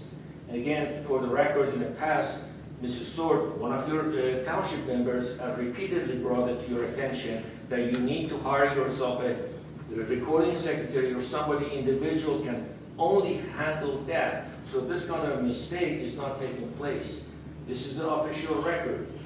So. Okay, thank you for your comment. So I just want to ask our solicitor, given what Mr. Ribari has just stated, are these minutes as written right now accurate enough to represent the discussion and the comments that were made? I have a copy of minutes. I have it. Or do we need a more comprehensive recording of every statement made by a You don't have to resident? make every statement made, but to the extent you have, if you have the people's names and their address, I mean, I've seen them done that several residents of Cork Circle attend the meeting and express their opinions on the matter. Right. Yeah. Yeah, I would recommend we add that statement there to this. Sure. And if you have the notes of their specific names and addresses, there's no harm in adding that. Yeah. Yeah, I but you don't have to say have verbatim. everybody's, right? So, I mean, the one we specifically requested was Mrs. Ribari's statement, so it be included in the minute. Yeah, it is, yeah. Thank you. We have that attached. So, Mr. Do I Pinell, need- you need to make an amendment. Okay, now that was going to be my question. Do I need to amend it to include the statement? Yep. Why specifically include that statement? So the The several statement doesn't have to be in the minutes itself, the statement is attached, so that part doesn't need. I think the recommended suggestion is that you add another sentence and indicate many residents of Cork Circle, and to the extent you know their names and addresses, you can add that. Also indicated their opposition to Mr. Crump's request. Right. Mr. Shawn, if I may, Hang on a minute, let me just get it sorted out. I will therefore amend my motion to include that for this list. Very good. So is the board satisfied that that reflects the information received that evening? If the minutes are amended to say that? Okay. Mr. Ribari, you have a follow-up comment? yes, thank you. Mr. Chairman, I think it's prudent to reflect whether these individuals should, first of all, you're obligated to have their name, first name, last name, and their address. And also, it should articulate whether or not they were in opposition or not. Because if somebody down the road, they want to use this official records, it should be reflected on that. That's what has been a practice forever.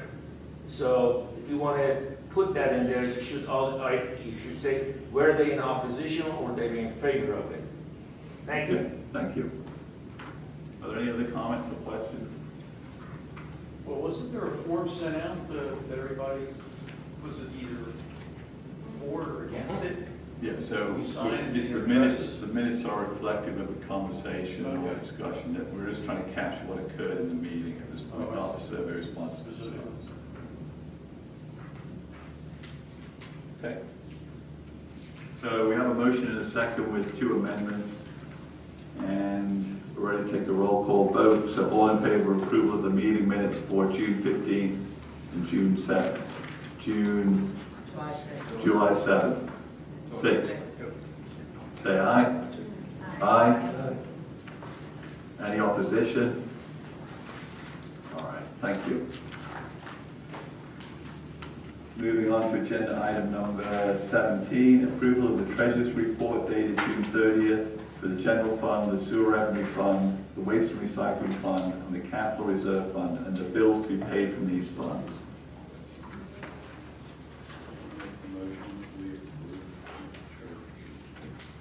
And the bills to be paid. Okay, so Hugh has made a motion to accept the Treasurer's Report and pay the bills from the funds. Is there a second? I'll second it. Nobody wants to pay the bills today. Right over there, John. John has seconded. I'm waiting for somebody else to play up here. Are there any questions or comments on the bills to be paid this evening or the fund balances?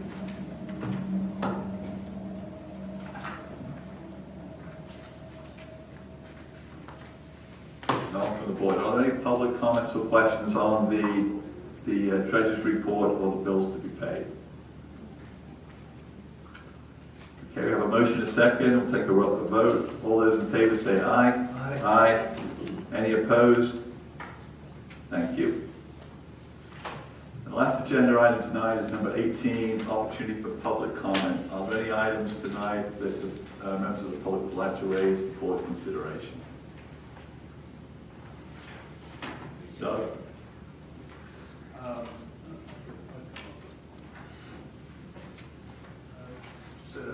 Doug White, West Goshen Township. Just a couple of things. On the splash pad, I think that would add value to the park and for the residents. Just be aware of the potential winterizing requirements for it. If you can pick a system that's easier to winterize, of course, Robbie, you know about that with boats. And vandalism. Also, I would like to make a public thank you to Casey. Casey Lamont, you deserve a thank you just for everything you do. It's a huge responsibility. And you put up with a lot. And it's fine for the public to disagree, have debate, but you deserve a thank you both professionally and personally. Thank you. Thank you, Doug. I appreciate that. Okay. Thank you. Thank you, Doug. Appreciate your comment. Thank you.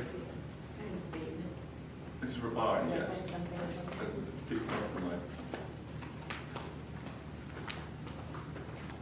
I'm Kimber Berry, 511 Crook Circle. The purpose of the Americans with Disability Act, ADA, and the Disability Rights Pennsylvania, which is the DRP, is to make sure that the people with disabilities have the same rights and opportunities as everyone else. They prohibit discrimination against people with disabilities. The ADA gives civil rights protection to individual people with disabilities similar to those provided to individuals on the basis of race, color, sex, national origin, age, and religion. The DRP protects and advocates for rights of people with disabilities so that they may live the lives they choose, free from abuse, neglect, discrimination, and segregation. I ask, where is the need and hardship for these disabled individuals who are requesting a handicapped spot at 511 Crook Circle? They have their own personal parking spaces that are available 24/7 via garages, driveways, totaling 10 available spaces between the two disabled applicants. Where is the abuse, the neglect, the discrimination, the segregation with parking for these disabled residents? It is important to note that the availability to park near your home and the safety in which that can be accomplished is of utmost importance for the disabled. Placement of a handicapped spot at 511 Crook Circle, which is across the street from the applicants, will not accomplish this, and it will impact all the neighbors who reside along there. Mr. Riberi provided you a copy and has 4 pages from the DRP document, and I'm going to read the highlighted areas for the record. Parking for people with disabilities near their homes. On-street residential parking. Pennsylvania law. Pennsylvania law allows, but does not require, local authorities to provide reserved residential parking spaces for individuals who have person with disability or severely disabled veteran plates or placards. Title 75, subsection 3354D. This means that a local government can post on the street, as close as possible to the individual's place of residence, a sign that indicates that the space is reserved for people with disabilities. Use of these reserved designated parking spaces is not limited to the residents of the home. The next page, page 10. The local government may conduct a review of whether the applicant has available off-street parking, such as a driveway or a garage, and whether there are other designated spaces for people with disabilities in the area. Page 11, under federal law, Title II of the ADA and Section 504 of the RA require covered governments to make reasonable accommodations to their policies, practices, and procedures to avoid discrimination on the basis of disability unless doing so would fundamentally alter the nature of the service, program, or activity. Because a reasonable accommodation must be granted only if it is necessary, it is not unlawful for the local government to ask for documentation of individual's disability and to assess whether the individual has access to off-street parking that is effective to meet his or her needs. By changing the rules and not following the law, you will be setting precedent for all disabled residents to request and then dictate where they want their disabled spot to be placed regardless of their needs. The law is what you should be following here. This meeting is being audio-video recorded for possible future proceedings, and I respectfully, for the second time, request that, that you deny this request that has no legal merit. Thank you. Thank you, Mrs. Rivara. Are there any other public comments or questions for the board tonight? Yes, sir. Hi, my name is Frank DeBondo, and I live on Cork Circle. And for the record, I do oppose the handicap spot on 511, in front of 511 Cork Circle. 2 meetings ago, and I don't know, maybe I misread this, but I believe in the minutes you guys agreed to table this issue today. So we didn't do it. It's been tabled indefinitely, to my knowledge. Yeah, the board has reviewed the situation. One of these meetings, I forget which day it was, I'm sorry. Yeah. We agreed that the best location for a spot was actually adjacent to Mr. Crump's driveway at number 516 on that side of the street. We were entertaining a motion to approve a spot there, but we did not have the Crumps present, and we tabled it because we wanted to make sure we understood why they objected it at that location. We've subsequently reached out to them. They have not indicated a willingness to accept that location. So at this point, this issue is tabled. Yeah, I believe the position was that that was unacceptable. Is that right? I think that's what Robin said last night. That the Crump said that they've currently not supported it at that location, and that's where the board is willing to consider it. So until we hear from Mr. Crump that is a location I guess I'd like to understand that a little bit more, why we would need to hear from the Crumps when we have a lot of residents here that are not in agreement to it, but we are in agreement. I remember when John was talking about what you exactly said was a spot right in front of their house. I think we're in agreement as to where the spot should be. Yeah. The board did agree that it should be located right. as close as possible to the property and not in front of number 511. But we even tabled that, so we have not approved that because... Well, the reason why I do want to bring that up is, I think this Court Circle, we try to be a very peaceful community, and I think this is just rising to a level where it's getting a little abrasive. And the reason why I'm saying that is even things as simple as walking down the road or walking around the block and hearing the Crumps call me names, and also, I believe, Jack Mangigging, who lives right next to me, calling us names. And when we're just trying to be civil with everybody, this is getting to a point where it's getting a little too abrasive. And I think that if we conclude to a decision, at the very least, we can get that off the table and, not only appease, excuse me, not only appease them, but there were 7 residents here that came to this meeting to talk about that handicap spot. So I just don't understand why we can't actually make a decision without them, especially if they're not willing to come. So the board will not approve a handicap spot at a location that the person requesting the spot refuses to accept. Why would we take away a spot from the street? So at this point, until we hear otherwise, the issue is tabled. Okay, thank you. Thank you. Are there any other questions or Then comments? I question the need, because if there's a need, you accept the spot wherever it's given to you. So I'm wondering, do you really truly have a need? And you're going to dictate, now everyone's going to dictate where they want their spot to be. That's a problem. The spot is not being dictated by anyone, it's only being considered by the board as to where the proper location should be. At this point, there is no handicap spot, and there is no further discussion on it until the applicant changes his mind. All right, so if we have is there any other comment? Yes, sir, is that your answer, or is there a... Sir, can I get your name? I'm Phil Bagley of 501 Cork Circle. Is it the understanding that this is indefinite, or is there a time limit? Is it time sensitive? They can act anytime. Yeah. I think the bottom line is, any handicap parking spot that will be considered by the board at this point would only be in front of their Crumps residence.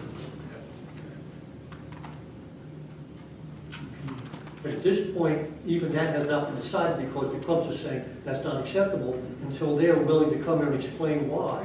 Yeah. Even that will not be decided upon. I don't know how else we can make this more clear.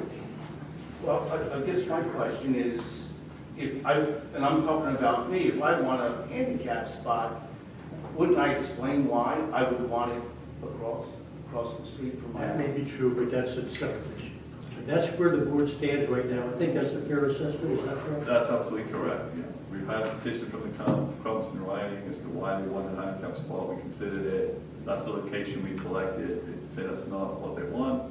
The motion is we're not interested in anything at this point until they come and explain why not. So it's off the table. Okay, thank you. Thank you. All right, so do I have a motion to adjourn? Yes. Thank you. For a second. I'll second it. All in favor, say aye. Aye. Thank you.